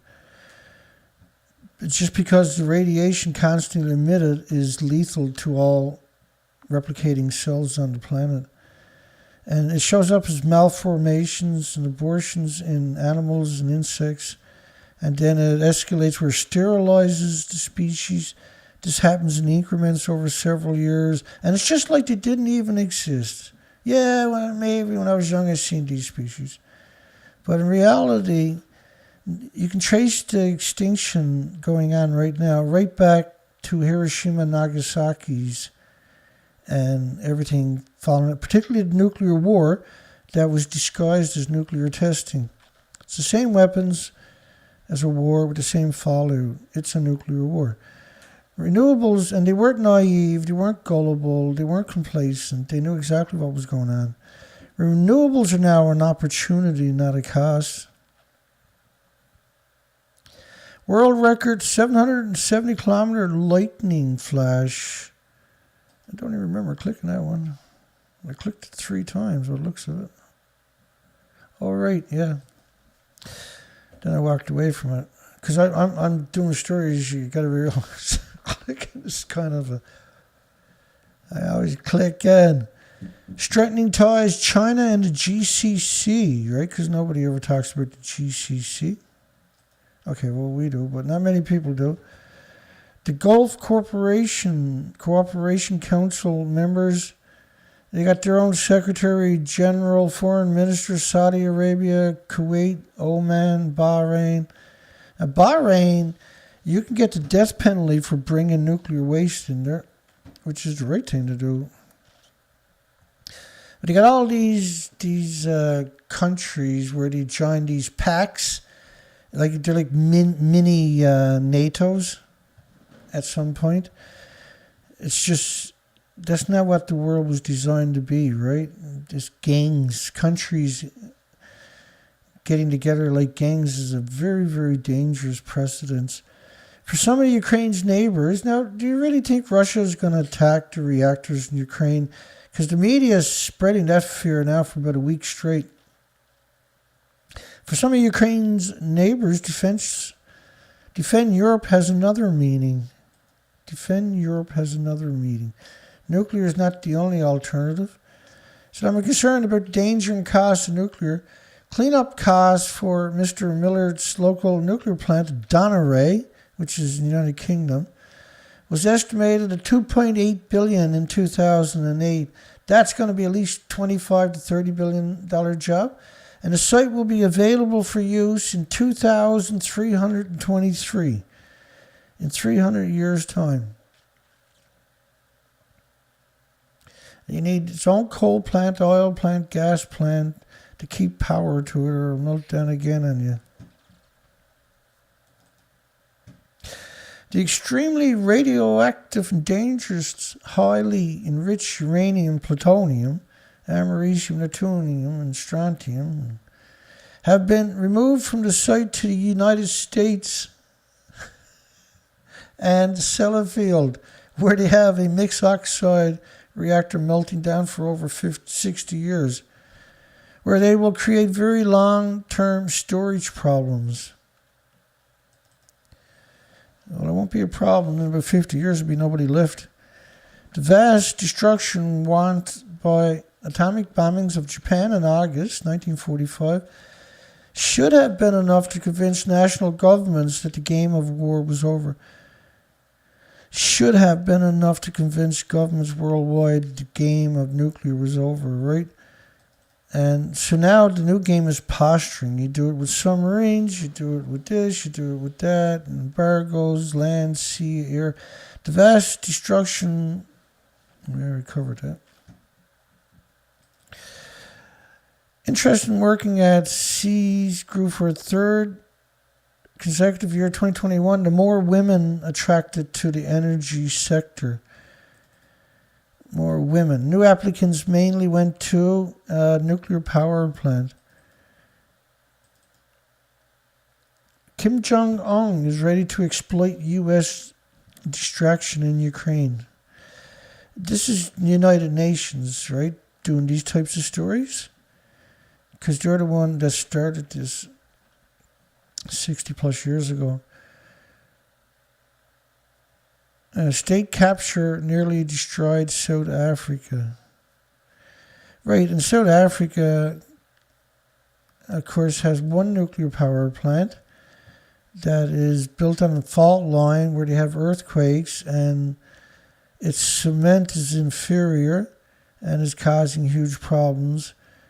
And senior staff have all retired in the last couple of years.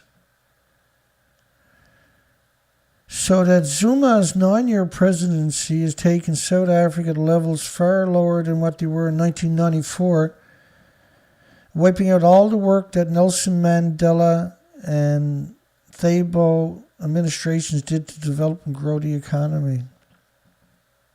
Future city competition solves today's urban challenges. I lost that one. I don't even remember. That was blocked. I was able to get a flash in the screen capture. Savannah River Nuclear Solutions. Now, if you go down and fish in Savannah River itself, they were doing dredging there. We covered this last year, where they started bringing up 45-gallon barrel drums. And they were like, 45-gallon barrel drums. But then people got itchy and people started getting sick. Turns out the drums were filled with cesium-137 that Savannah Riverside claims they don't know nothing about, but most likely came from their sites. But the area that had the records for that material mysteriously had burnt down about 30 years ago. Chuck Hartung named section manager educational coordinators of the Radiation Emergency Assistance Center. He got 37 years in the genocide military and medical leadership. So if you look at Dr. Jerry Thomas in the United Kingdom, she murders children with radiation as a hobby for a bit of fun. And she flies around the planet telling people that radiation is like a banana, it's harmless like a potato chip, it's innocuous and benign like walking in sunshine. And then she goes back to, she's a professor at Imperial College, and she would literally murder you and then go eat a pizza. Wouldn't give it a second thought. She had incredible degrees, unbelievable accolades. This is what we see this a lot, right? They're dysfunctional people. They stay in university. University can't get rid of them. They won't go away. Oh, I need a degree in that too. They're terrified of the world. They're really good at regurgitating the official narrative, though. And the university recognizes these people and then turns them into professors and puts them in positions of authority because they know that they're lunatics. And they get a lot of monetary for doing this that they never dreamt they would see. They're put on a pedestal. They have classrooms of kids that they can manipulate and abuse. So Chuck, with 37 years in the military, well, I can't respect you for that. That doesn't mean you're a good person. It does mean you probably raped and killed a lot of people. Japan is not closing the door on hosting American INF missiles. These are ballistic missiles. Japan's like, yeah, well, can we use them against China?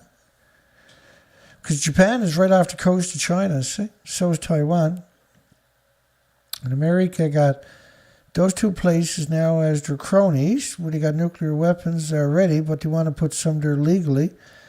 Small cement building was a dark history on sale for 280,000 euros or sterlings. So it's a nuclear bunker. We see this all the time, right? Rusty as old crap. Rusty old bunker. Look at the big spring on the wall there. And you could buy it for a fortune. And you got a big hole in the ground with running water and electricity and 11 acres of land. Sundance 2022. On the morning you wake to the end of the world. And we actually have contacts at the Sundance Film Festival that have contacted me over the years. Reached out to me. I didn't reach out to them. An earth-shattering VR work that let participants experience the onset of nuclear emergency in Hawaii. And that's another one too. I've talked to Hollywood superstars that have called me up, talked to me for hours, and asked all the right questions on top of that. They fed off the conversation we were having, and they were generally concerned and did ask the right questions, which is unusual, right? They were paying attention to everything I was saying and would ask appropriate questions, is the better way to put it. Which, it gives you a bit of respect for that lot, because that was smart of them. And they were probably going to make large investments in California or something.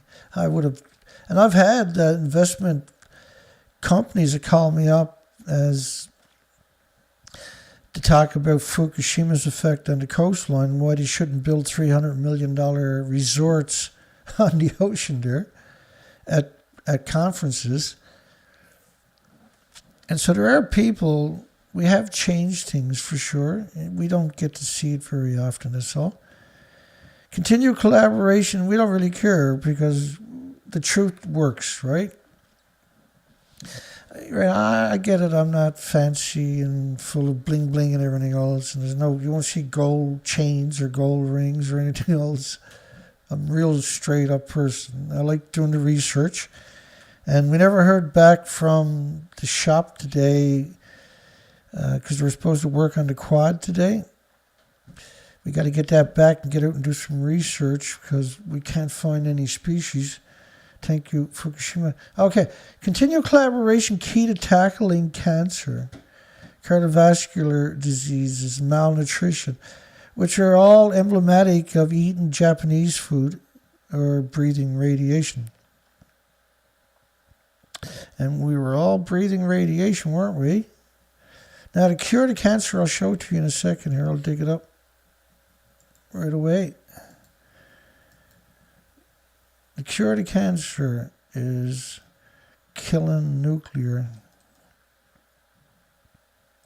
So, DCA at Amazon.com.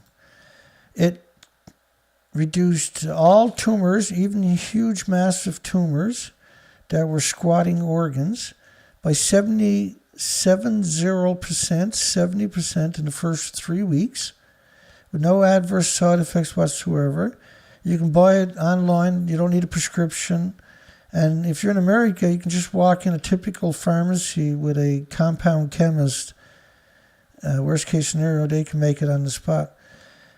They usually have it in stock. And you buy a bottle of this, and I prefer the pure DCA, whereas this stuff is 99.9%. That's fine too, where you can buy the pills and you just take a pill twice a day or 3 times a day or once a day, whatever, depending on what you're using it for. And what it does is it's just a mineral. It's like vitamin A or vitamin B or vitamin C, but it has one of the unique properties of it was that it unplates your blood, which means your blood is carrying oxygen and nutrition effectively like it should, right? And cancer plates up your blood. So it changes that to the better, and then cancer can't survive in that environment. Your body's able to attack the cancer naturally and dispose of it. Permanently, after about 3 months, no matter what cancer they threw at it, and Canada banned it right away. The guy who was doing the studies couldn't get any funding out in Calgary University, the professor, to do human trials. They couldn't get any funding because it's a cure. There's no money in cures, right? But that's a cure for cancer. Anybody can get it. And chemo is not a cure for cancer. Chemo is how they murder you. We got a poll tonight. Should nuclear students' parents be sent to Fukushima nuclear meltdowns to help the hero homeless? Have a heartless 11% and a stoic 89% voted yes. And indeed, right, what's so bad about helping the homeless, giving them a day off? How can that be a bad thing? So, let me go back to this. This is the International Atomic Energy Agency, right? So Lisa Stevens is director of the International Energy Agency's, which is United Nations subsidiary, which is the military-industrial complex. She's the programming of the Action for Cancer Therapy. And as I just showed you, don't take radiation for cancer, take DCA. Legalize the cure of cancer again and remove the ban on DCA in Canada. Trudeau warns Moscow, and he was in government. He was the leader when they banned the cure for cancer in Canada. And he's a real tyrant, eh? He's a real scumbag. And he used to be like a grade school teacher before he became the prime minister, because his pappy was a prime minister of Canada. Not Jean Chrétien, but Pierre Trudeau. And Pierre Trudeau used to work for the biggest corporation in France. And if you look up the article, hang on. If you look up the article, I'm going to do this the hard way, have I? Hang on, I'll bring it up for you. Bear with me. If you bring up the article, they're kind of keen in it.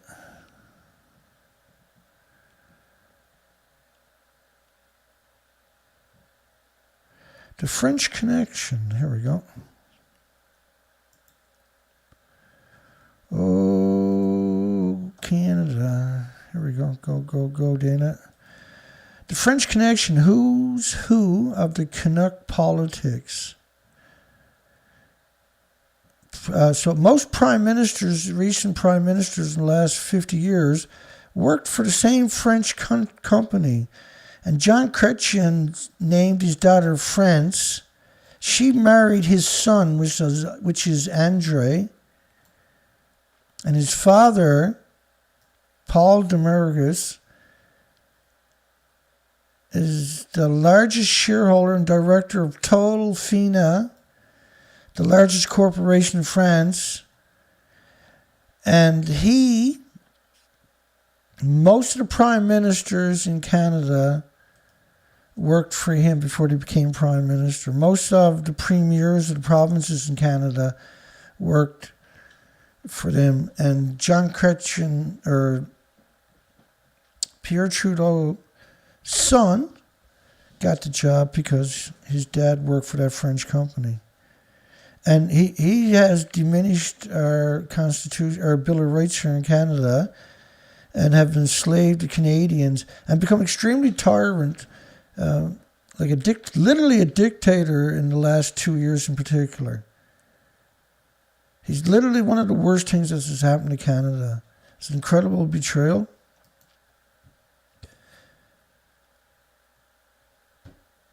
Let's keep it rolling here. The Liberal government, including Prime Minister, largely repeated previously stated positions about Russia's aggression with Canada's commitment to Ukraine's sovereignty. Well, he took away Canada's sovereignty, but he wants to defend Ukraine's. He's a puppet. He's an American puppet now, right? That's all he is. Ottawa expands military mission. They're going to lend Ukraine $120 million. Not give them, but lend them. Way to stick up for your buddies.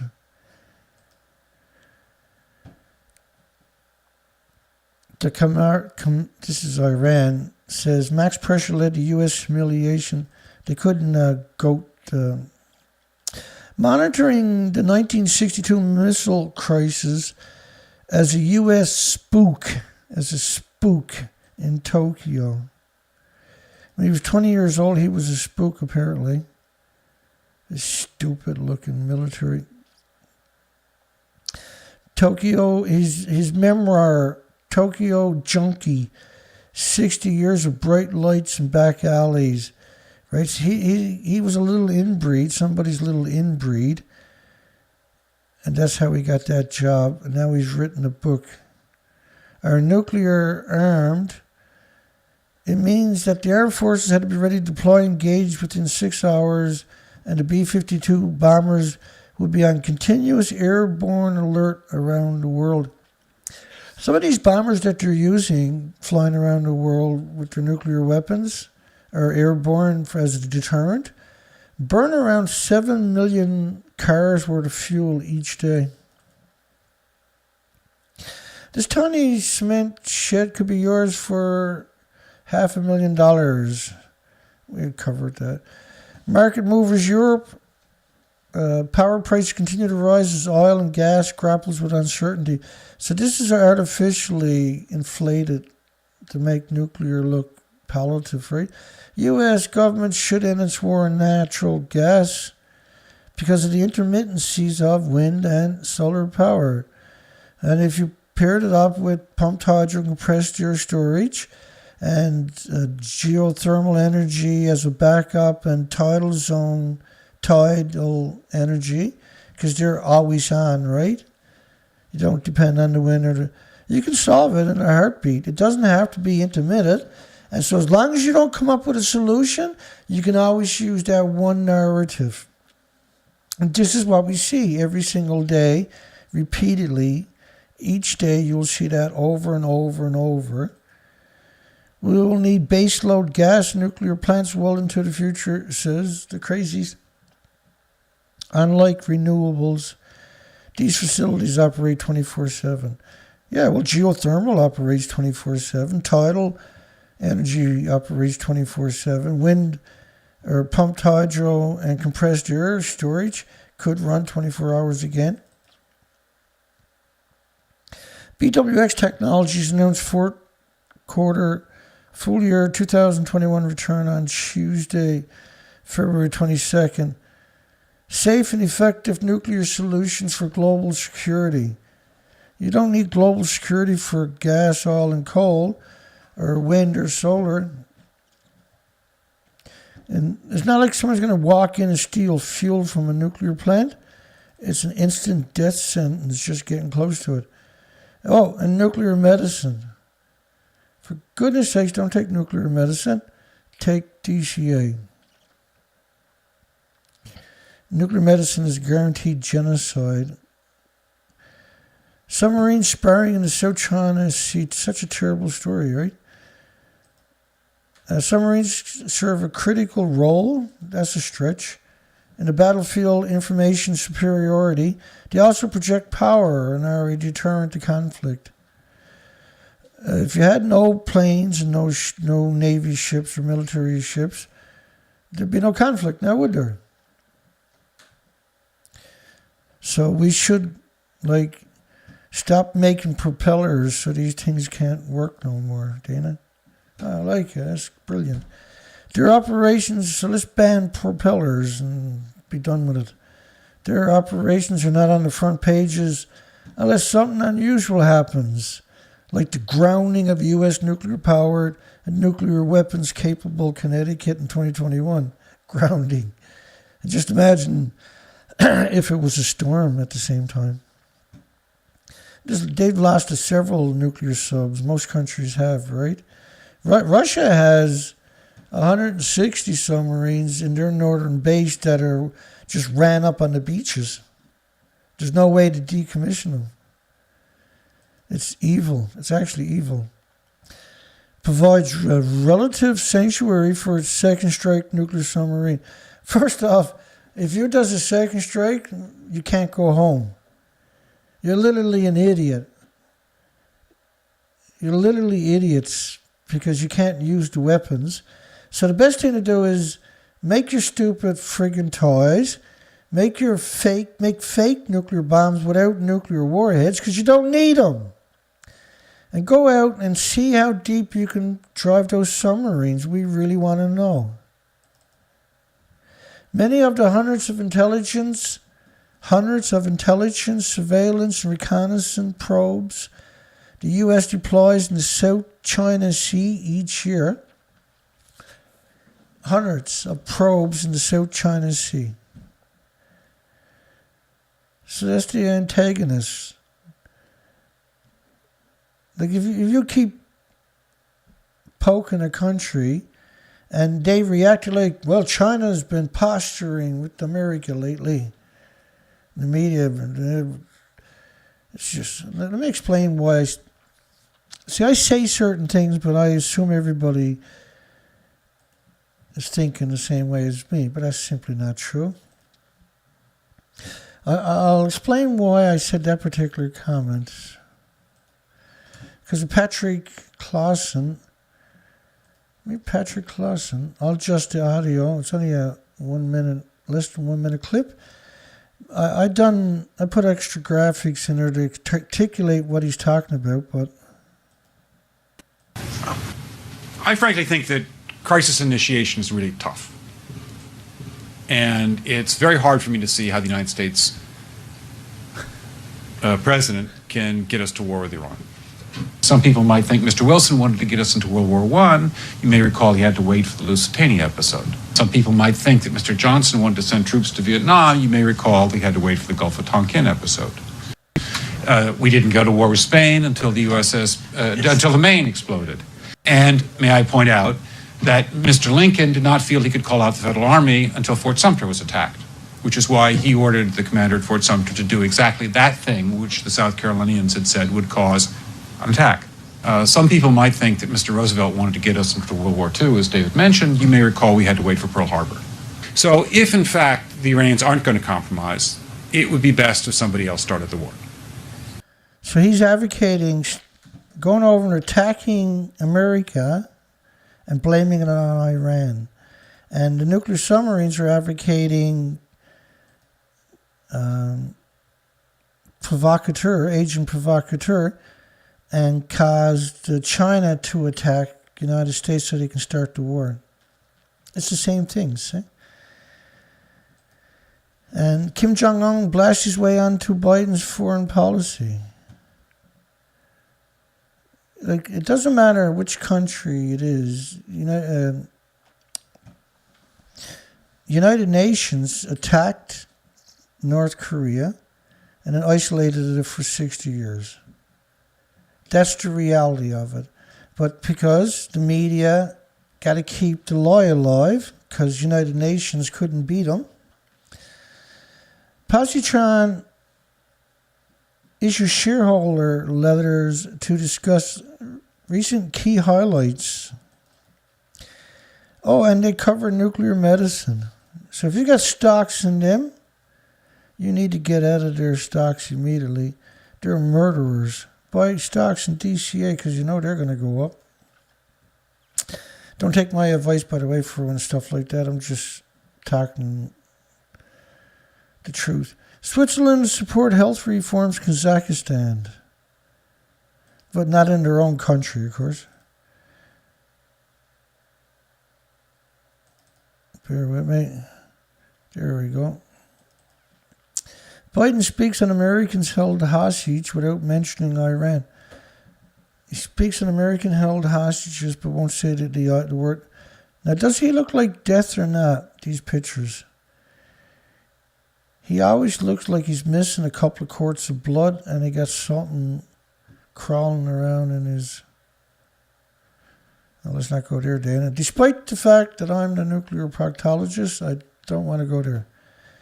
If a planet-killing asteroid threatens Earth, these lapdogs have a plan. Again, you see this, the popular Netflix movie, and then Philip Lubin and Alexander Cohen at the University of California, Santa Barbara, have worked out how the world can defend itself. They blow it up with nuclear weapons, Dana. They probably got it from a Hollywood movie on top of that, right? Let's face it, these are not normally the sharpest in the bunch. Armed counter-terrorism officers be deployed on the British cross-channel ferries. What the hell, man? There's a reason why, too, right? But it's not what you're thinking. Watch this. The move will tighten security on passenger vessels, which are unguarded and seen as vulnerable by the military-industrial complex. UK government source says there's no specific threat to passenger vessels, despite the increase in security. Firearm police from the civil and nuclear constabularies, United Kingdom, obviously, are to be posted on ferries out of Dover, as well as passenger ships between Newcastle and Netherlands. The move will tighten security on British ferries, which are unguarded and seen as vulnerable, with passengers not individually searched or given body scans when boarding, unlike those on planes and trains. You got to get groped and an x-ray. Our priority remains maintaining the safety and security of our citizens. We are constantly developing protection for UK citizens against the threat of terrorism. They love the stage events. The United Kingdom does it once, twice a year. Developing protection for UK citizens. Oh, by the way, the CNC has officers available as a result of a nuclear power station being decommissioned. Of course, they've never decommissioned a reactor in the United Kingdom yet. But what it is they closed down and they don't got a job there no more, torturing the employees every day. So they have officers available because the nuclear power plant come down, and if they don't put them on the ferries, then they don't got a job. So they drum up terrorism to give them a job. You tell me that's not despicable. And because they're just going to bug people walking around. They're going to find somebody to do their drills on and everything else. It's outrageous. Precisely opening a gate to the brain in mice.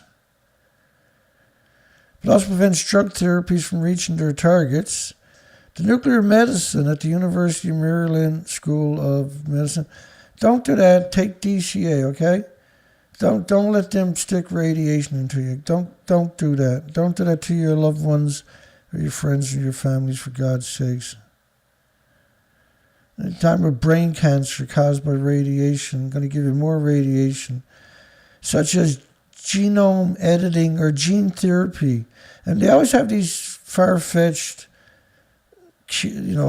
pipeline cures that are coming down the pipeline that never manifest because they're using radiation. You can't cure a radiation illness with more radiation, for goodness sakes. North Korea confirms test of missile capable of striking Guam. So what? America got missiles capable of going right around the planet and coming back and striking somebody in their back garden. North Korea confirms, and if I was North Korea, I'd be building something too. After 60 years of being brutalized by United Nations pro-media worldwide, North Korea confirms test of missile capable of striking U.S. bases. So what? Doesn't every other country have that too?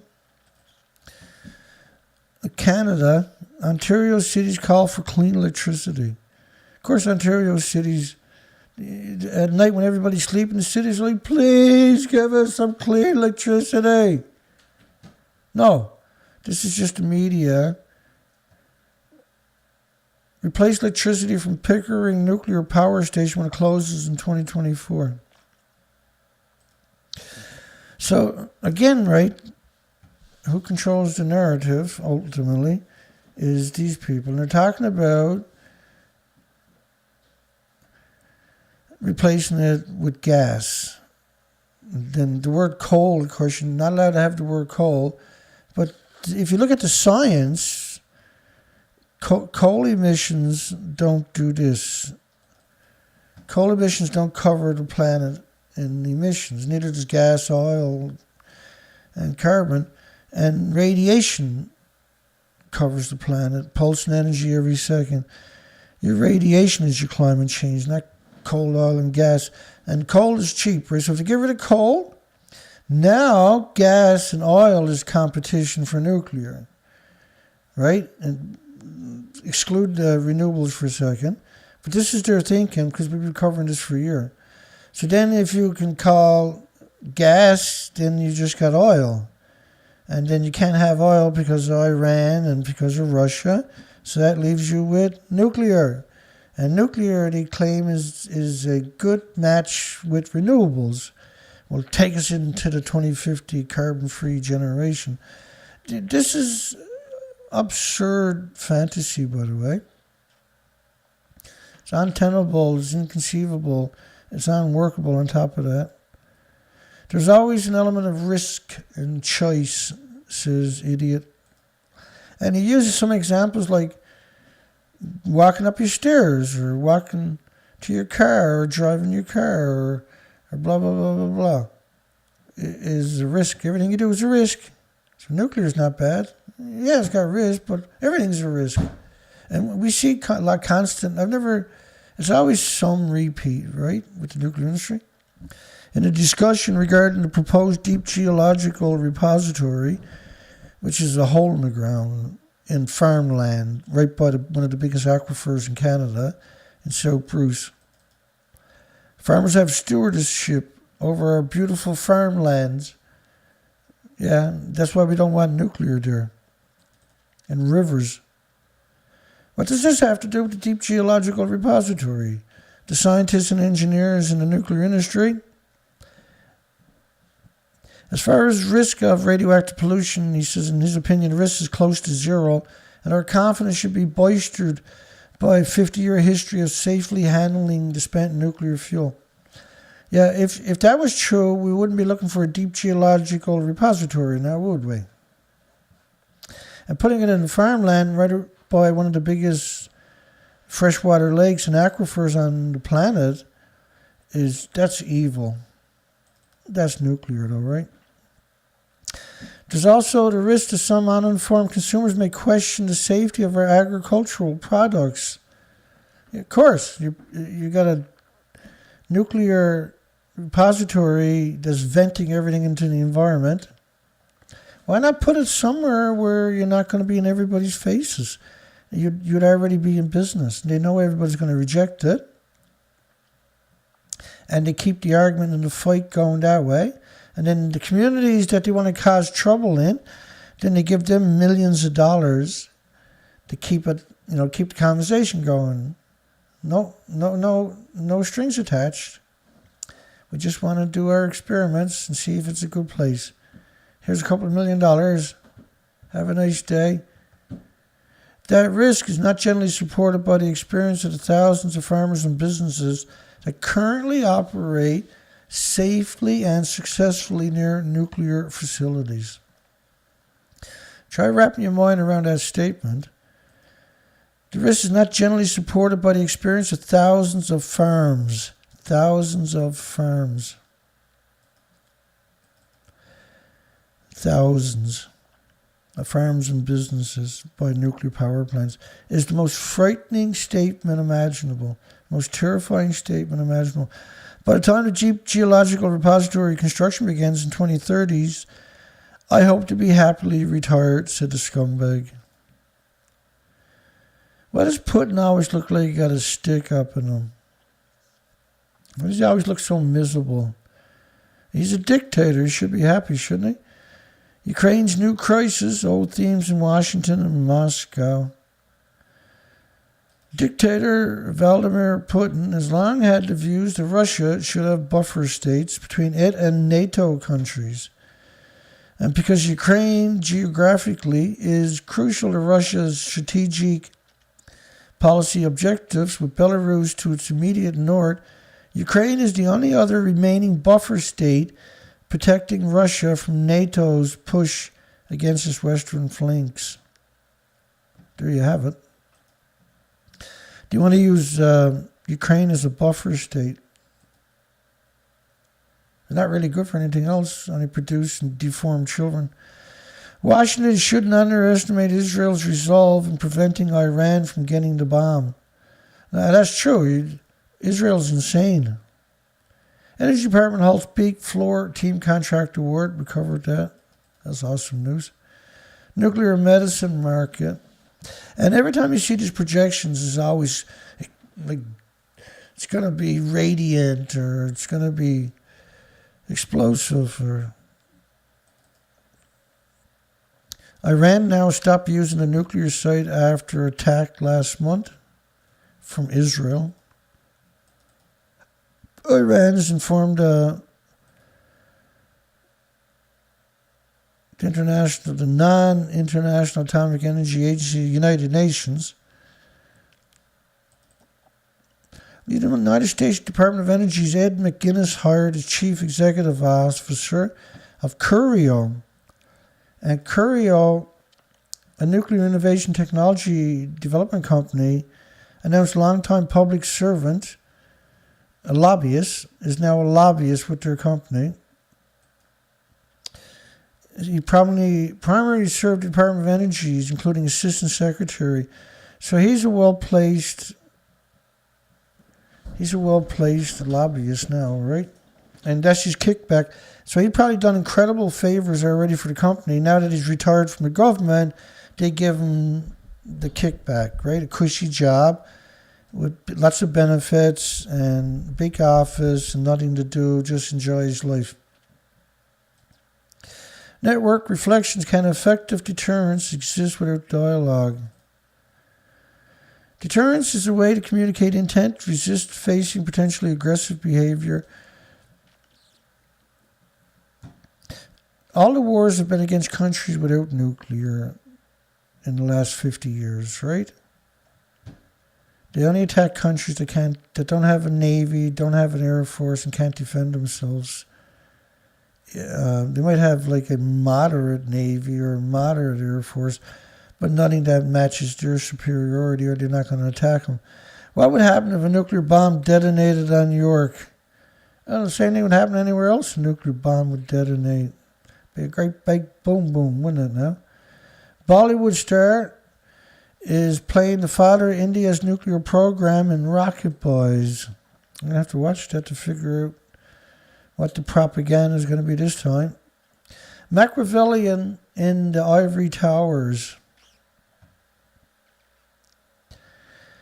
They're a new series. I watched their first series today. Machiavellian in the Ivory Towers. Machiavellian in the 1500s was a figure that was exceptionally vicious and mean-spirited and evil, basically. So Machiavellian is basically another word for, but it's a special type of vicious evil. This is kind of interesting to be used that. On arms control, non-proliferation, international security issues. So they're talking about, and they got two hosts. They got Hannah and Sarah. And I never caught them at their most flattering. They both actually got, she's got a lazy eye. Look at that. I didn't see that. See the lazy eye? Look at that. Wow. Sarah, Hannah. Ooh, baby, you hot. And Sarah, amazing smile. I got her at her worst, unfortunately. As the first episode of the series, Sarah and Hannah speak out with Professor Scott Sagan. Let me get out of the way here. And Sagan, who is the Caroline Professor of Political Science, the Mimi and Peter Hans University Fellow in Undergraduate Education. He's the Senior Fellow for the Center for International Security and Cooperation. And he's the Freeman. Well, he's with Stanford University. Dana, you can, now I listened to their, it was a 48-minute, I was already 26 minutes into it when I took that screen capture. And like, what you got to watch out for with a lot of these videos when you come across this stuff is they drag you into a non-issue, and it makes it seem like it's you got to make headway here and they got to make headway there, and they ignore what happened already. So Fukushima had a meltdown, and you still have plumes constantly hemorrhaging out of it. And we've done the research expeditions on the ocean for 6 years, from Vancouver to Alaska. And what we found was an extinction level event. We went back each year. Now we're talking 4 to 5 months each year on the ocean, doing species counts. I'm still busted up from it. And what we discovered was an extinction event, an actual extinction event. And what he's going to do is drag you away from anything useful and talk about certain policies and possible wars and get you into that conversation that's irrelevant. It's actually irrelevant. The big worry is the fuel pools at 440 nuclear power plants worldwide, at least 2 fuel pools in each building and at least common spent fuel pool on each site, are still splitting the atoms into the environment. It's a war. It's a nuclear war. It's about 1,000 nuclear weapons going off every day. That's how much radiation we're talking about. It was probably worse than that, but let's say it's equal to 1,000 nuclear weapons each day of curium and plutonium and americium and neptuniums and strontium, very harsh, up to 1,000 types of fission products.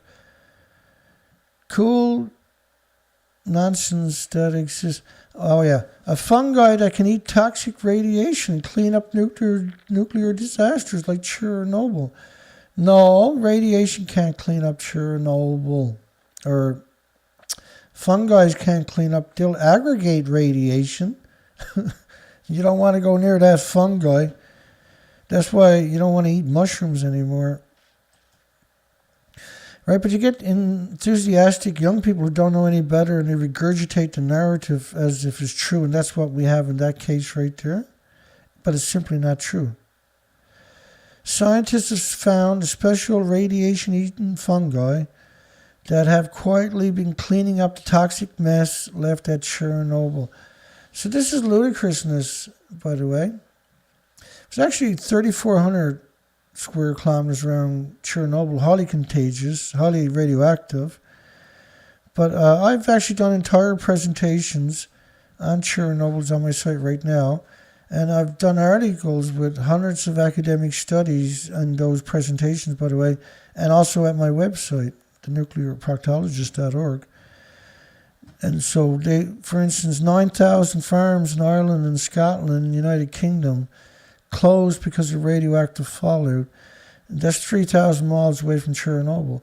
It can't get there without contaminating the rest of Europe. UKONR grants permission for next construction phase at Hinkley Point C. You know Hinkley Point C. I showed you that earlier, where they're building a nuclear, and they got all the precious metals and resources on the planet tied up into these places, by the way. And they're surrounded by farms. Up to 4,000 workers at peak time. The first debate over downwinders. This was a wild story. Not what I was thinking. A total 528 nuclear tests were carried out in the atmosphere. Now remember, like the Bravo nuclear was carried out in the Bikini Atoll. That was equal to 1,000 Hiroshima bombs going off at the same time. So when you talk about 528 tests, some of these tests could have been equal to 500 nuclear bombs going off at the one time. Prevailing winds spread radiation exposure far and wide, and evidence of nuclear tests began to show up in mother's milk, children's teats, and bones. And the hot spots were near and downwind from test sites. Now, downwind was actually downriver. And then they got rid of that narrative and called it downwind. People are like, downwind? What are you talking about? The wind blows every direction. right? This is how they have now deceived people for quite a few decades with the downwinder. Because the wind doesn't just blow in one way, for goodness sakes. It's absurd to suggest it. But the river flows one way. So the backstory of downwinders was actually downriver, and they didn't like that because people living downriver would start realizing they're getting sick from the nuclear power plant. So they called it downriver or downwind. He said, so he retrieved it for his books, but he didn't bring in the real narrative, did he? In 1958 alone, the United States carried out 77 tests in a single year. 77 nuclear bombs. So if France and Germany, or France and China fires 6 nuclear weapons at each other, we're all going to call that a nuclear war, right? Or even one nuclear weapon at each other. The history books will call it a nuclear war. But 70 tests, 77 tests is still a nuclear war. The radioactive fallout is the same as a nuclear war. United States, Soviet Union, Great Britain agreed to stop atmospheric testing in 1963. They didn't agree, they were badgered and harassed to. They knew when they were doing it how dangerous it was. They used to wait for the wind to blow a certain way. Atmospheric testing continues because China and France weren't signatories. Beijing, China carried out the last atmospheric test in 1980. And even then, low-level radiation continues to be released because the sloppy underground test practices produce venting and woeful human consequences. Yeah, the underground testing fractured the earth and the radiation comes up. Not only that, water goes in and then evaporates up. Some of these underground tests even today are still at 400 and 500 degree temperatures. One explanation was the resulting damage to the public health could only be surmised as the data and the consequences to downwinders and nearby troops, especially regarding the incidences of certain cancer. But there's 1,800 illnesses and diseases and autoimmune deficiencies and injuries will show up before cancer. And atmospheric testing could, for example, provide useful data regarding weapons effect and missile defenses. The first televised debate over nuclear weapons occurred in February 20th, 1958. It's usually controlled opposition. And so they had Edward Teller and Linus Pauling. And Edward Teller, we've covered him hundreds of times over the years. Edward Teller is a big fat lawyer. And you can go out and look up interviews on him. And if you know anything about it, you'll know he's a big lawyer. Teller argued radiation in small doses need not necessarily be harmful, but it's actually just a single atom could cause cancer in increments over decades, sequestered in your muscles, your organs, and your bones. Indeed, many conceivable may be helpful. That's completely false. It's not homeostasis. There's no hormesis from man-made anthropogenic radiation, which is helpful.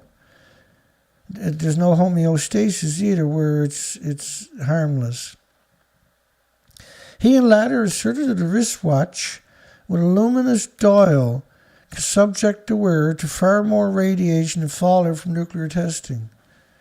And in some cases, he's right, because those wristwatches, some of them are just lethal doses.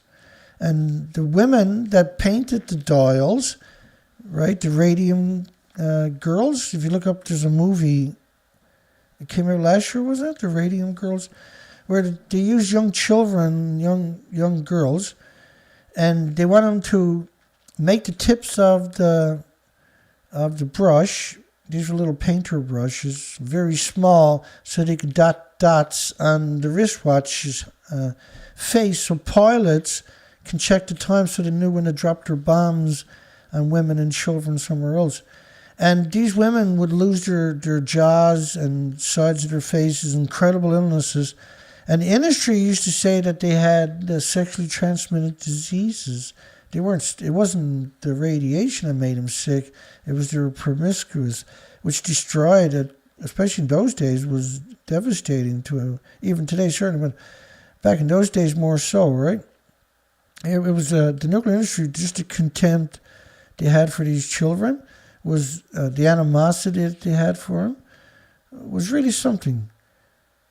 And that the worldwide fallout is as dangerous to human health as being 1 ounce overweight. 1 ounce overweight.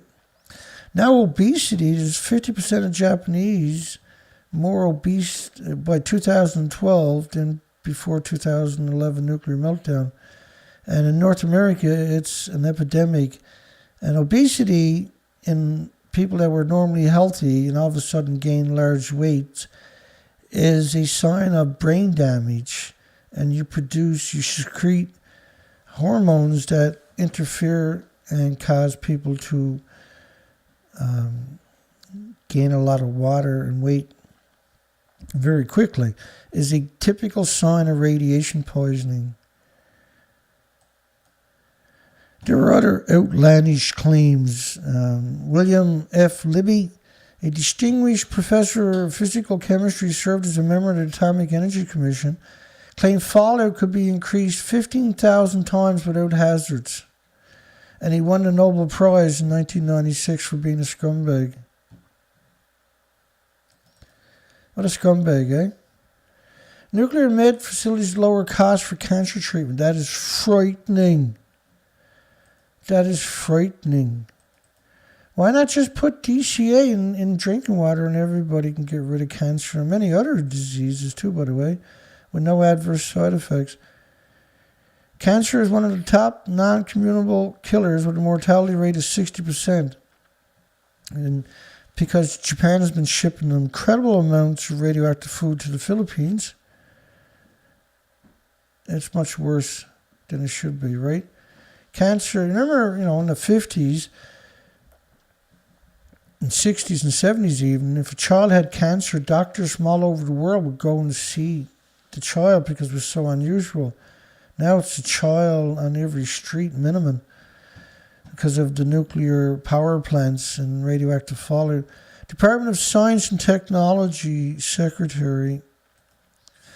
What we discovered was a lot of these well-placed people are just lobbyists for the industry. And how did they know to get these educations, to get a job, to tell a lie existed? Because they were born into it. And that's why we got a poll tonight. Because their parents, should the nuclear students' parents be sent to Fukushima nuclear meltdowns to help the hero homeless who are working there? And we got an amazing 10% said no. And you know what's even more amazing is we got more votes or more thumbs up than we do votes, and we never see that. We never ever see that. I see the Geiger counter ran flat. I really got to get a plug-in for that camera. It's okay, we're getting through it. IAEA to cooperate with TerraPower, which is Bill Gates. JA, which is Japan's Atomic Energy Agency, which is bizarre. What are they going to be doing in America? America got their own energy agencies. Launched by Bill Gates. And Bill Gates hates all of us for some reason. Bill Gates is not developing anything. The nuclear industry is, and Bill Gates put his name on it. That's all. He got his handshake and his picture taken, and he'll never go to the site. And fast reactors. And a fast reactor is a plutonium production reactor, where it makes fuel for other reactors. Is like the worst case scenario. Oil leak takes TriCast in 3 reactor, another reactor in France offline. U.S. Department of Energy announces cleanup progress at Savannah River site. You can spend $1 billion at Savannah River, $1 trillion, you can't clean it up.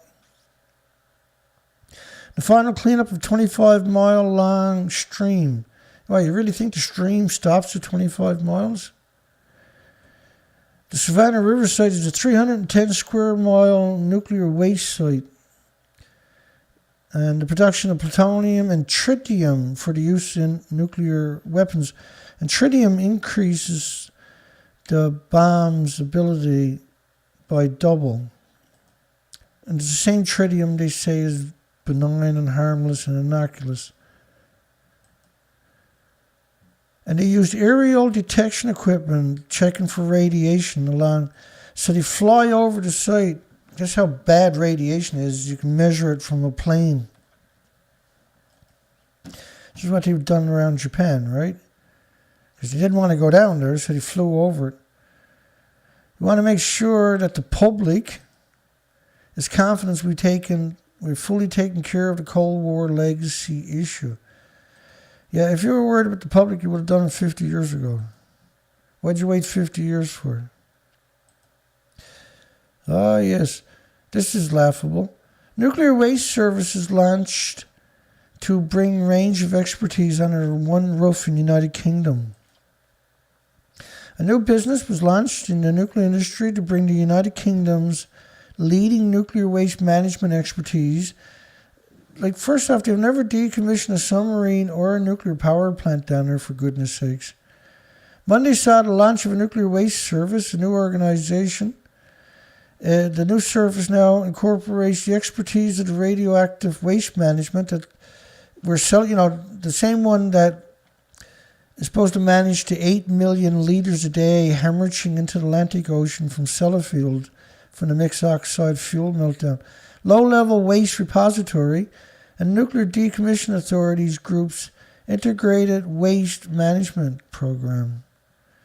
So the Nuclear Decommissioned Authority group of thugs, a group of bums, really, because they never decommissioned anything. Like, how many times we covered those guys? They're the worst lot there is. The UK has been producing and managing 8 million liters a day going into the Atlantic Ocean. They managed the waste for 30 years by putting it on cargo ships and driving around the Atlantic Ocean in shallow water, I might add, and dumping it over the side. For 30 years they've done that. They don't really got a lot of waste left compared to what they should have. They got maybe 1/1000th of what they should have. This includes its commitment to recycle 50% of the waste. Whoa! You can't recycle nuclear waste, you despicable scum. See, I knew there was a punchline in that story. From decommissioning, reduce secondary waste by 70%. Reusing it for forks and spoons and children's toys, no doubt. It's demonic. It's actually demonic to use nuclear materials again. It's absolutely, unequivocally, untenably evil. On top of that. So part of their new responsibility, they were just formed, is figuring out for geological disposal facility. So they just got created yesterday, and now they're in charge of it. Nothing evil about that, nothing Machiavellian about that. Proposal to dump radioactive waste in Cape Cod Bay draws opposition. Yes, so there's been a bit of blowback. We've covered this now each time it shows up, which is a lot lately. So, Holtec got the contract to decommission Pilgrim nuclear power station. Instead of taking 60 years, they say it's going to take them 6 years. And they're going to do that, first off, by dumping 1 million gallons of radiation into Cape Cod Bay. So what do you think they're going to do with the other stuff? Oh, it's okay, Dana, we're going to dilute it. Yeah, you can't dilute it, you're just spreading it. You can't destroy radiation. You can't even burn it in an incinerator. Southwestern grad testifies at the Senate hearing on nuclear energy. Why not use an academic? Why are you going to use somebody in school? Because she grew up in a spot where a nuclear power plant didn't get finished, and she wants to be a nuclear engineer, and so now she's the pro-nuclear face for nuclear, because the old sawhorses that they were normally using are not appeal. Nuclear Museum hope. Now this is Albuquerque, of course. I say of course because we cover this all the time. And KRQE, which attacked me after the WIP site melted down in 2014, they chopped up my video and put it up on TV and called me a conspiracy theorist. And I wasn't. I was 100% accurate. What's the point of being a conspiracy theorist when the truth is 10 times more insidious? I can't make this shit up if I wanted to. Nuclear Museum hosts Steam Day. Visitors will take part in hands-on activity directed by local morons and creeps, aka engineers and physicists, and technicians from organizations like Sandia National Laboratory. There's literally nobody in Sandia National Laboratory that got anything in common with an average human. And the University of New Mexico. The Nuclear Museum's Deputy Director, Jennifer Hayden, talked more about the upcoming event. Nuclear Museum, now we covered these lots at least 100 times. Belarus nuclear instrumentation praised by the nuclear power industry, as if they're going to put out any contradicting information. Strategic nuclear power submarines in Russia's north and transit to the Pacific. You know, well, that's how they get there, Dana. I know, I'm just saying. Electron beam plan to keep frozen imports COVID-free in China. That's frightening. We're to use nuclear beams to radiate the food under the guise they're getting rid of COVID. It's absolutely evil to radiate food. It's absolutely unbelievably evil. There's at least 500 better ways to do it. Radiating the food and saying that's going to give it a better shelf life. First, you're going to destroy much of the nutrition of the food by doing that. Second off, you're irradiating it. If I do it to a paper towel in the hospital, the paper towel got to go to a nuclear waste site. If I do it to food at a food place, then the food's okay. Yeah, it totally makes sense to me. Oh, crud. The new International Atomic Energy Agency, aka United Nations, e-learning course. Oh, how clever. Launched to equip young, dumb nuclear professionals. They always go after the kids, eh? Always. You see constantly where the International Energy Agency goes after the kids. You even see them touching the kids sometimes. It's revolting. Montreal, SNC-Lavalin awarded $22 million fuel channel inspection contract at the genocide Bruce Power. The BN 800 is on track to switch to MOX fuel this summer, Nuclear Engineering International. If it's from World Nuclear News or Nuclear Engineering International, it is 100% propaganda because they're both lobbyists, right? The progress on WIP's ventilation upgrade. Like WIP had a meltdown. They blamed it on cat litter. And they said the originally story was the fire was a truck tire caught on fire. So they abandoned 55 football field sized caverns because, they had a truck fire. The truck fire turned out to be a tire, and they got pictures. Not only that, they didn't go back down for 10 days because, they had a truck fire, Dana, and 55 football field sized caverns down there. It was actually just a tire. And then when he wanted to go back after 10 days, we can't go back. There's a radiation alert. And they were sheltering in place all over the site. No, the truck fire was the meltdown. They just didn't want to tell anybody. And then he spent $6 billion cleaning up the truck fire, car tire. And so they wanted to reuse the ventilation system, which is pumping 450,000 cubic foot of air a second. But there was too much, it was radioactive. But they were trying to justify, well, it's not too bad, because you can't use the whole shaft because you don't have enough air. And for some reason, they don't want to replace it. It's a lot of work, right? You got to dig a whole new tunnel system, a whole new electrical grid got to come in contact with it. It's a big deal.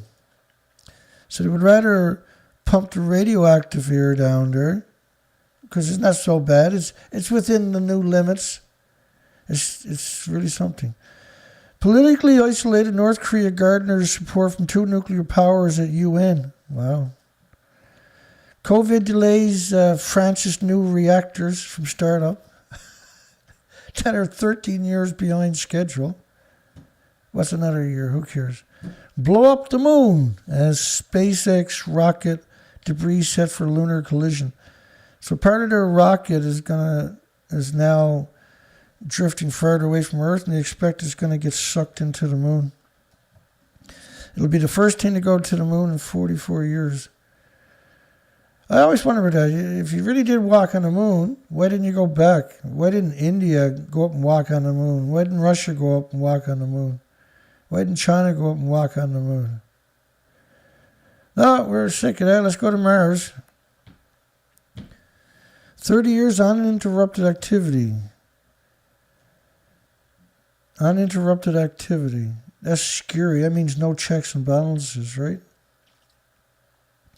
Radiopharmaceuticals in nuclear medicines. One thing we seen after Chernobyl was, like a lot of agricultural is used to make pharmaceutical. But the problem was Chernobyl contaminated the agricultural, and now you had radioactive pharmaceuticals that weren't supposed to be radioactive. The radiopharmaceuticals in nuclear medicine market is disgusting. You don't need it when you can do DCA for pennies a dose, and you can't cure people with radiation. This is like, if I take that and extract the radiation out and then explode it in your community, that's a dirty bomb. But it's the equivalent of, like, rather than buy dear radiopharmaceuticals, just go eat the stuff grown around nuclear power plants. It's the same thing. Right? But it's not going to cure you. It's going to make you sick. World War III, here's what would happen if North Korea dropped a bomb on Seoul, South Korea. First off, a bunch of countries would launch nuclear weapons on North Korea. Renewables on the rise and coal is continuously falling. And these are the last bit here. These headlines typically never covered nothing else, except for this story, of course. Department of Energy estimates hundreds of billions needed to finish Hanford cleanup. Hundreds of billions. Let's be a bit more precise. 640 billion. 677 billion to clean up Hanford. $677 billion.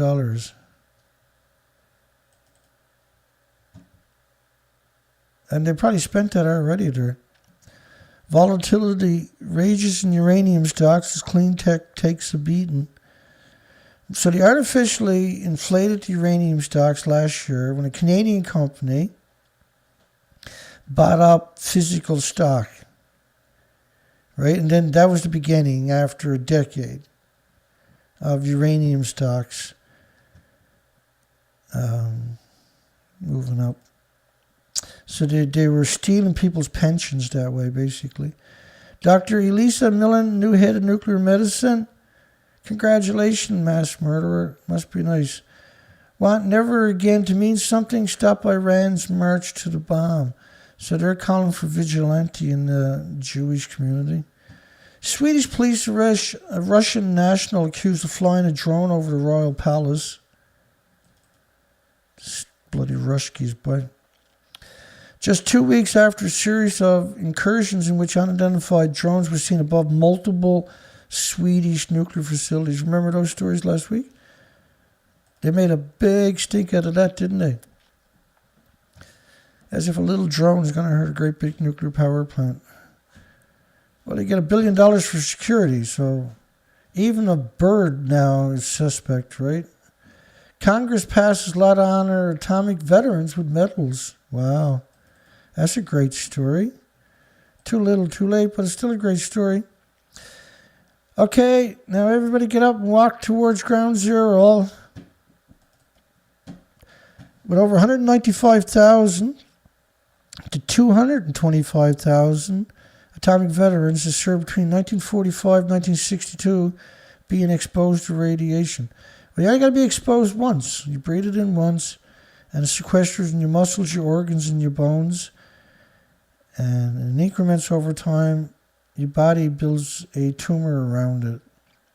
But during that, there can be up to 1,800 illnesses manifest.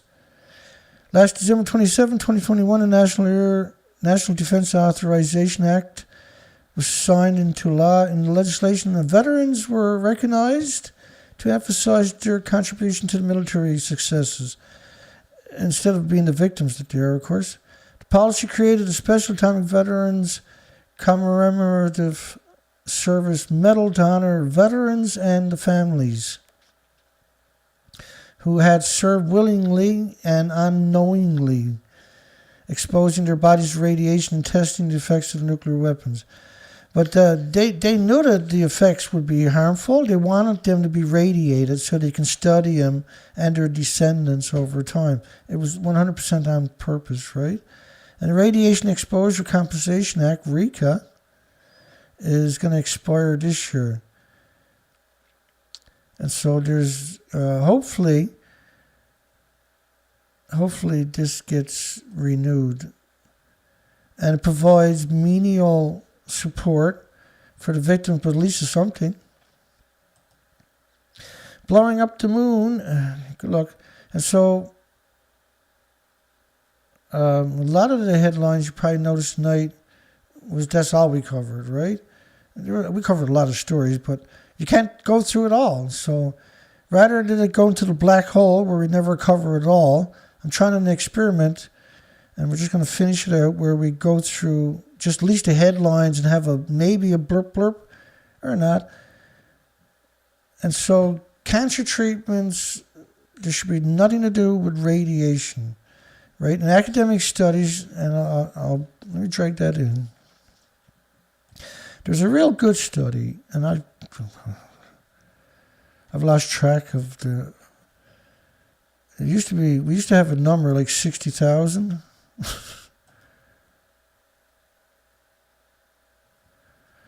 And it was stunning.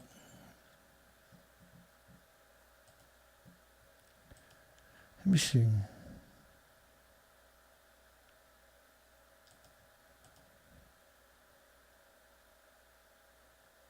Here we go.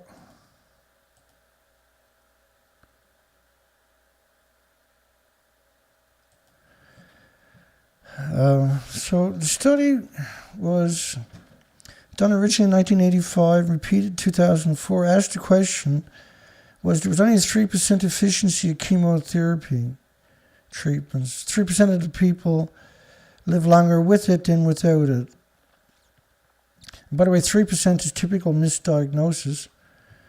And so the question was asked, with 2.3% in Australia, 2.1% success rate in the United States, even though they diminish quality of life, lose their health completely. And what they said, it made more sense not to have anything at all than it does to get chemotherapy. You have a better chance of surviving and certainly a better quality of life if you do nothing than if you go and let them inject nuclear waste into you. The difference between Ukraine and Taiwan. The argument that U.S. credibility in Taiwan hinges on Ukraine is the latest version of the discredited domino theory. Biden ready to unleash nuclear option and send Putin back to the Stone Age over Ukraine. No, Biden's not going to nuke Ukraine or Russia. Right, but see, the nuclear industry loves that stuff. They need a boogeyman, and any boogeyman will do. Russia responds to U.S. proposal to de-escalate Ukraine crisis. There is no crisis. It's only a crisis if you go down there and confront them. Biden will discuss Iran nuclear issues with the visiting Qatar emirate. Natural gas substitutions affect the first unit of Belarus nuclear power plant pointed out. Well, each power plant needs at least 2 external power plants to work, and they're gas, oil, or coal. After the victims of Hiroshima and Nagasaki are all gone, the future of Japan's anti-nuclear movement. It's not an anti-nuclear movement. It's common sense movement. It's a morally, ethically driven movement. You scumbags. Safeguarding the cell nucleus. And I read some of that. The nucleus is guarded by a highly secured door, the so-called nuclear port. I'm not sure. I thought that had something to do with the pituitary gland. I can't remember now. As climate change drives fusion energy production. No, climate change is not driving fusion energy production. They were at this long before the word climate change came around. And they're always 50 years in the future before you see results, right? Surging tritium monitoring market. Of course, they always tell you that tritium is harmless, but we got to monitor it. And if you're going to handle it, you got to wear special gloves and filters. You got to sign in, sign out, because it's completely harmless, Dana. Swedish government gives the go-ahead for nuclear waste storage site. We covered it. COVID delays to Francis. We covered it. The scumbags themselves. UN e-learning course. We covered that. There was now 6 headlines that I covered. I noticed twice accidentally. And they love picking on women and children in the IAEA. Tepco and Japan's nuclear regulators cooperate on Fukushima decommissioning. Or nuclear, I can't remember off the top of my head. Funds for those impacted by nuclear weapons tests is set to expire in this year. We're almost through. Westinghouse's ATF test assemblies to be installed at Vogel 2. They're going to use different fuel at the new reactors because stupid doesn't end once it's built. Now, the tolerant fuel that they're talking about for these reactors, like, they give you the impression that it can't melt down. That's simply not what they're talking about.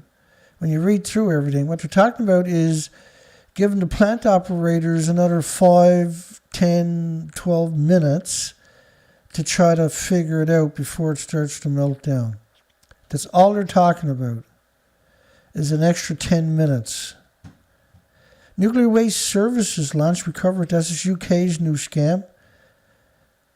Letters to the editor, time to stop spending on nuclear weapons. Nuclear fusion, the next big Ponzi scheme. All the precious metals on the planet. New Indiana nuclear bill. Ontario doubles down on natural gas. Minnesota company credits renewables for low rates. Right, so Minnesota won because they got ahead on the renewable curve. They're not dependent upon gas and everything else. EU Commissioner McGuinness defends gas and nuclear and green investment, and there's no way to defend it. It's not green. Call it something else and give them the money, but don't call it green. Well, UNSC joint statement on nuclear weapons is important. It reaffirms that a nuclear war cannot be won. Nuclear wars cannot be won. Scumbags at the World Nuclear News. Ukraine's used fuel storage in commissioning. Just like nothing happened, eh? The World Nuclear News. What war? What war? No, there's no war. Nuclear, good. They really are revolting, eh? They never put their name on the articles because they're a lobbying group. And they don't want the world to know how evil they actually are. And so Myria steps in to maintain medical isotopes that are not medical, that are part of the genocide machine. You get that one, then it's easy to get the chemo into you, right? Yeah, they really betrayed us when it came to the nuclear. The Rollins Foundation gives $200,000 towards nuclear medicine camera.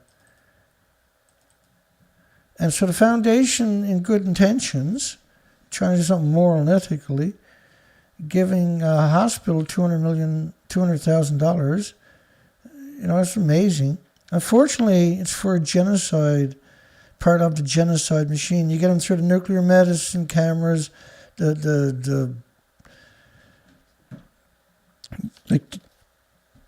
ultimately, because they say, well, I use nuclear for this, nuclear for that, a little chemo maybe cure the cancer because there's nothing else I can do. And what there is, you can use DCA. Can you imagine if someone gave me $200,000, what I can do with all the experience I got? If I ever got a break like that, that'll be the end of nuclear. If I ever gets my break. Unfortunately, the research is showing that it's the end of us and all species. And we got to get back out and do the research on the species. And I don't need 200,000. I need 20,000 to get me through this year. Well, ideally, right? Ideally, I need a side-by-side. I need to be able to hire people to help me. I need a new engine on the back of the boat so we can get out and do the ocean. That other engine's been to Alaska 6 times, right? It's an old engine. It's hard to trust it anymore. And it still doesn't even work right. Hopefully we can at least get it working this spring. It's just, you don't feel safe on the ocean with an old engine anymore. What am I supposed to do? A House of Delegates, because I work in the rock piles all day. The House of Delegates Monday passed a Senate bill by a vote of 76 to 18. Supporters of the bill said there have been advances in technology in small modular reactors. But there hasn't been advances. They haven't even built one. Again, right, the perpetual lawyers. Bill lifting state restrictions on nuclear power plant construction passes. It's really something, right? And here was one of the pro-nuclear creatures right there. Big problems with Montana proposal for small modular reactors. For the last 44 years, a successful citizens' initiative banned nuclear power in Montana unless approved by voters. And the Republican majorities in 2021 Montana legislature repealed the initiative, and the governor signed the bill into law, and there are similar proposals in Wyoming and Idaho. The rush to nukes suffers a major setback this month when the U.S. Nuclear Regulatory Commission denied Oklahom's application to build and operate the nation's first small nuclear 720 megawatt reactor at the Idaho National Laboratory. It's probably the first time in history they ever said no, that we ever seen them say no to that industry, isn't it? Because they usually, Idaho National Laboratories usually get whatever they want. The Commission cited significant information gaps in the company's application, including details of potential accidents. So they forgot to put that in there for the small modular reactors. No accident. Why did you put that there? And on safety system, because if you put it there, we can get our hands on it and see what's really going on. So they decided to exclude it. Nuclear power is safer than ever. It's not. It never was, and it never could be. There is nothing safe about it. Fixed array solar collectors. I'm just rushing now to get through the rest of it. We're almost right there. Fixed array solar collector market grows and restraint factors. 2018, 2028. And these are more for investors, but you see a lot of that type, right? Fixed array solar collector market growth. Because I cover so much, sometimes I forget who the good guy is. That's the good guy. My apologies. Japan's plan to dump hundreds of tons. It's actually 1 million. But the tanks are actually empty. As you go look through my playlist and watch the videos on tanks, those presentations are just a soup of knowledge. Japan plans to dump hundreds of tons of radioactive water in the sea from Japan as hit as Snag. So that showed up everywhere. So they really like doing that where they put it to one story and it starts showing up everywhere. Exact paragraphs, exact pictures, exact same narrative, same author at the same time. UK Prime Minister Johnson apologizes for Partygate. They were bringing in booze and shopping carts, eh?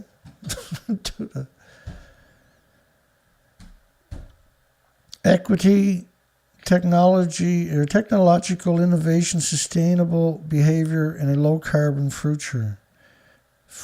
What the hell is a future, Dana? I don't know. We're almost through. Leave me alone. It's been a long day. It's been at this all day, probably 11 hours. And it's 3 hours to tell the story, and I got to get ready for tomorrow night's show. It's like a perpetual nut machine.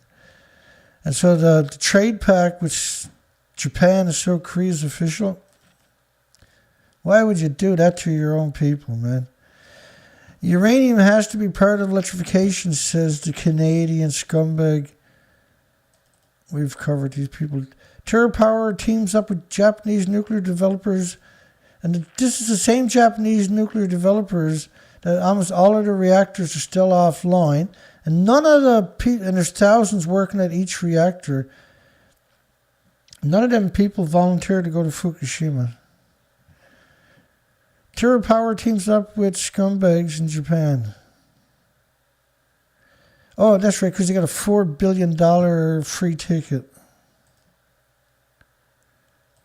We'll partner with Japan.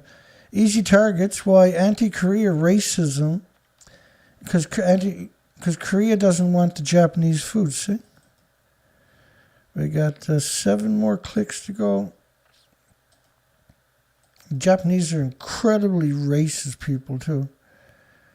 Not all of them, but the nuclear industry side is.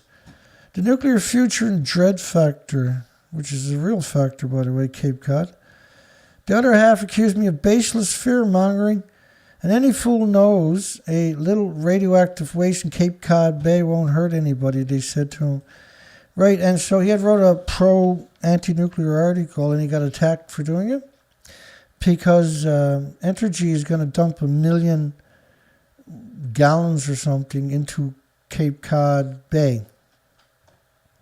Because that's the cheapest way to do it, see? They're a decommissioning service. And the best thing to do is just dump it in the local landfills, dump it in the ocean. Don't pay for anything we can get away with. Nobody's looking. Nuclear prohibition repeal passes West Virginia. We got 2 more to go. Oh yeah, that creature again, pro-nuclear.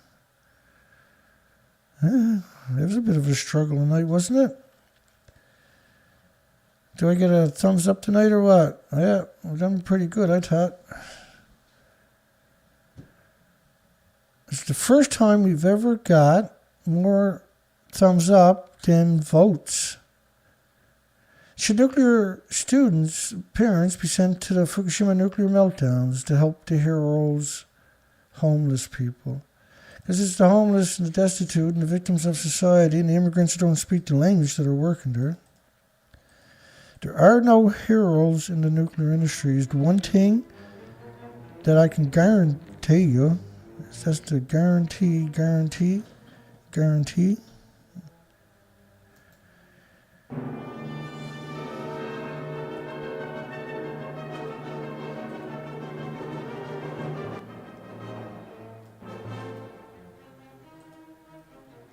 Don't eat food from Japan. Don't be a victim of the nuclear industry. Oh,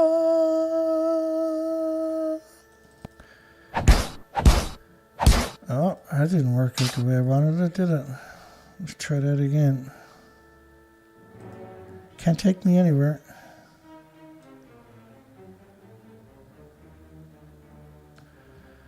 Who knows? That's almost tolerable, eh? That's not. We got it on replay. Oh well, next time I'll have it figured out for next time. Some days are like that.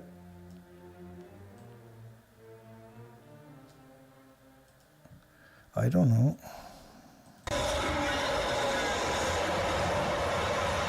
the Hulk is not going to figure it out. Whatever that is, he's not going to figure it out. Let me fix this. That's embarrassing. I can't fix it for some reason, mate. That's life. We'll just call it a night, I suppose. It's a long show, right? Long shows don't help us any.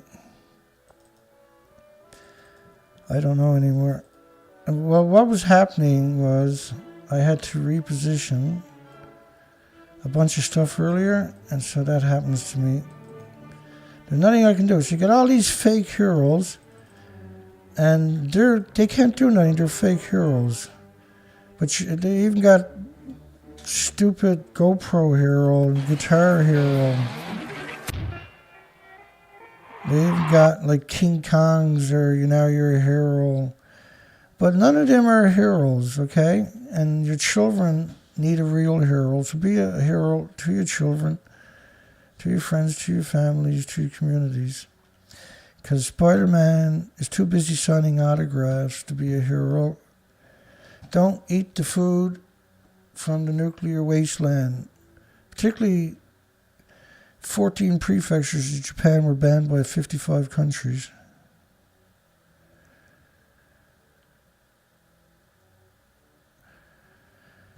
Okay, let's call it a night. I'll come in and read everybody's comments tomorrow night. Hugs for everybody. God bless everybody. That's a long enough show right now. We don't need to do another 10 or 15 minutes of shouting out, even though I probably should, I suppose. It's all good. It's 1:15 a.m. in the morning where I'm to. And so I'm going to just stop. I got to stop. I'm tired now. Well, we got through it. 180 stories. And from just the last 24 hours. So the industry is panicking. The industry is panicking. Yeah. Good night, everybody. Robert, Organic, Ed M, Cody, Richard, James, Megan, Andrew B, Port Angeles, Dana Nasana. Good night, everybody. Have a great night. Tree Fruit. Anybody I missed? My apologies. Don Vincent.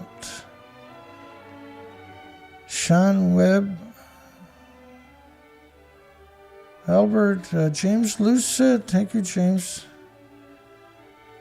Yeah, it was a pretty good show.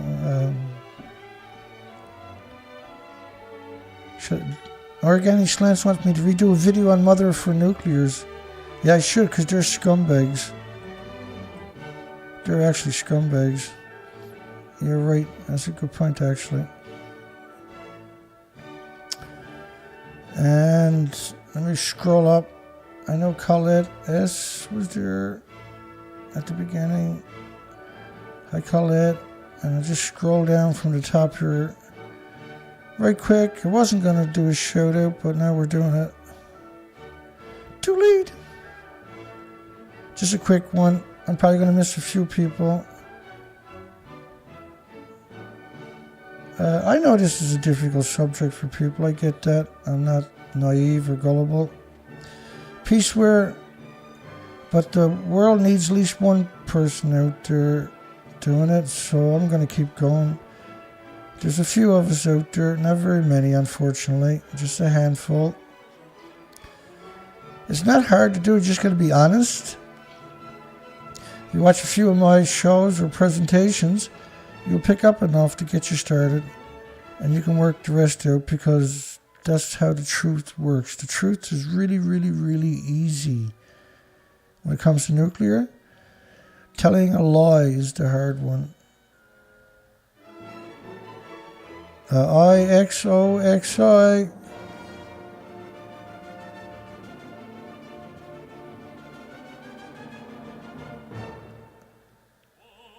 We had a painless night, did we? Pretty reasonable. The The nuclear trolls are pretty much given up on the site. John Corman. We've been at it for so long now. I don't really put a time limit on anything. Whatever the stories are today, or however long it takes to tell the story, we generally do it. But I mean, if you try to tell every single story, you're just going to repeat the same thing, because that's how the propaganda works. Chet Austin, good night, everybody. Looks like we're almost through it.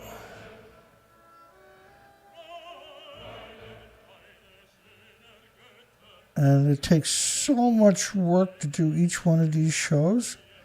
And then as soon as the show's over, like, crap, I got to get ready for tomorrow night. Robert, good night, everybody. Most people out there watching on cell phones would have crashed by now. SCH. Blue Jay Outpost. That's pretty close. We've done pretty good, I thought. Yeah, we all learn lots on these shows, including me, because it's a lot of stuff, right? There's a thumbs up, and let me close down the poll. Let's bring it up real quick. Should nuclear students' parents be sent to Fukushima nuclear meltdowns to help the hero homeless? A stunning 57 votes, 91%. There's 64 likes, which is extraordinary, really. I'm pretty sure this video will get censored heavily by the moral. It'll barely move. And that's okay, because that's just the way it is when you talk about nuclear. You're going to get censored. That doesn't mean I'm going to stop or slow down or back down. I'm here to kill the nuclear industry. I'm here to stomp its guts out. I am here to curb stomp it, and I am not here to shake hands and chew bubblegum. I am here to kick ass and chew bubblegum. See everybody tomorrow night. God bless everybody. Hugs for everybody. Have a great night. Great day tomorrow. We'll see everybody soon enough.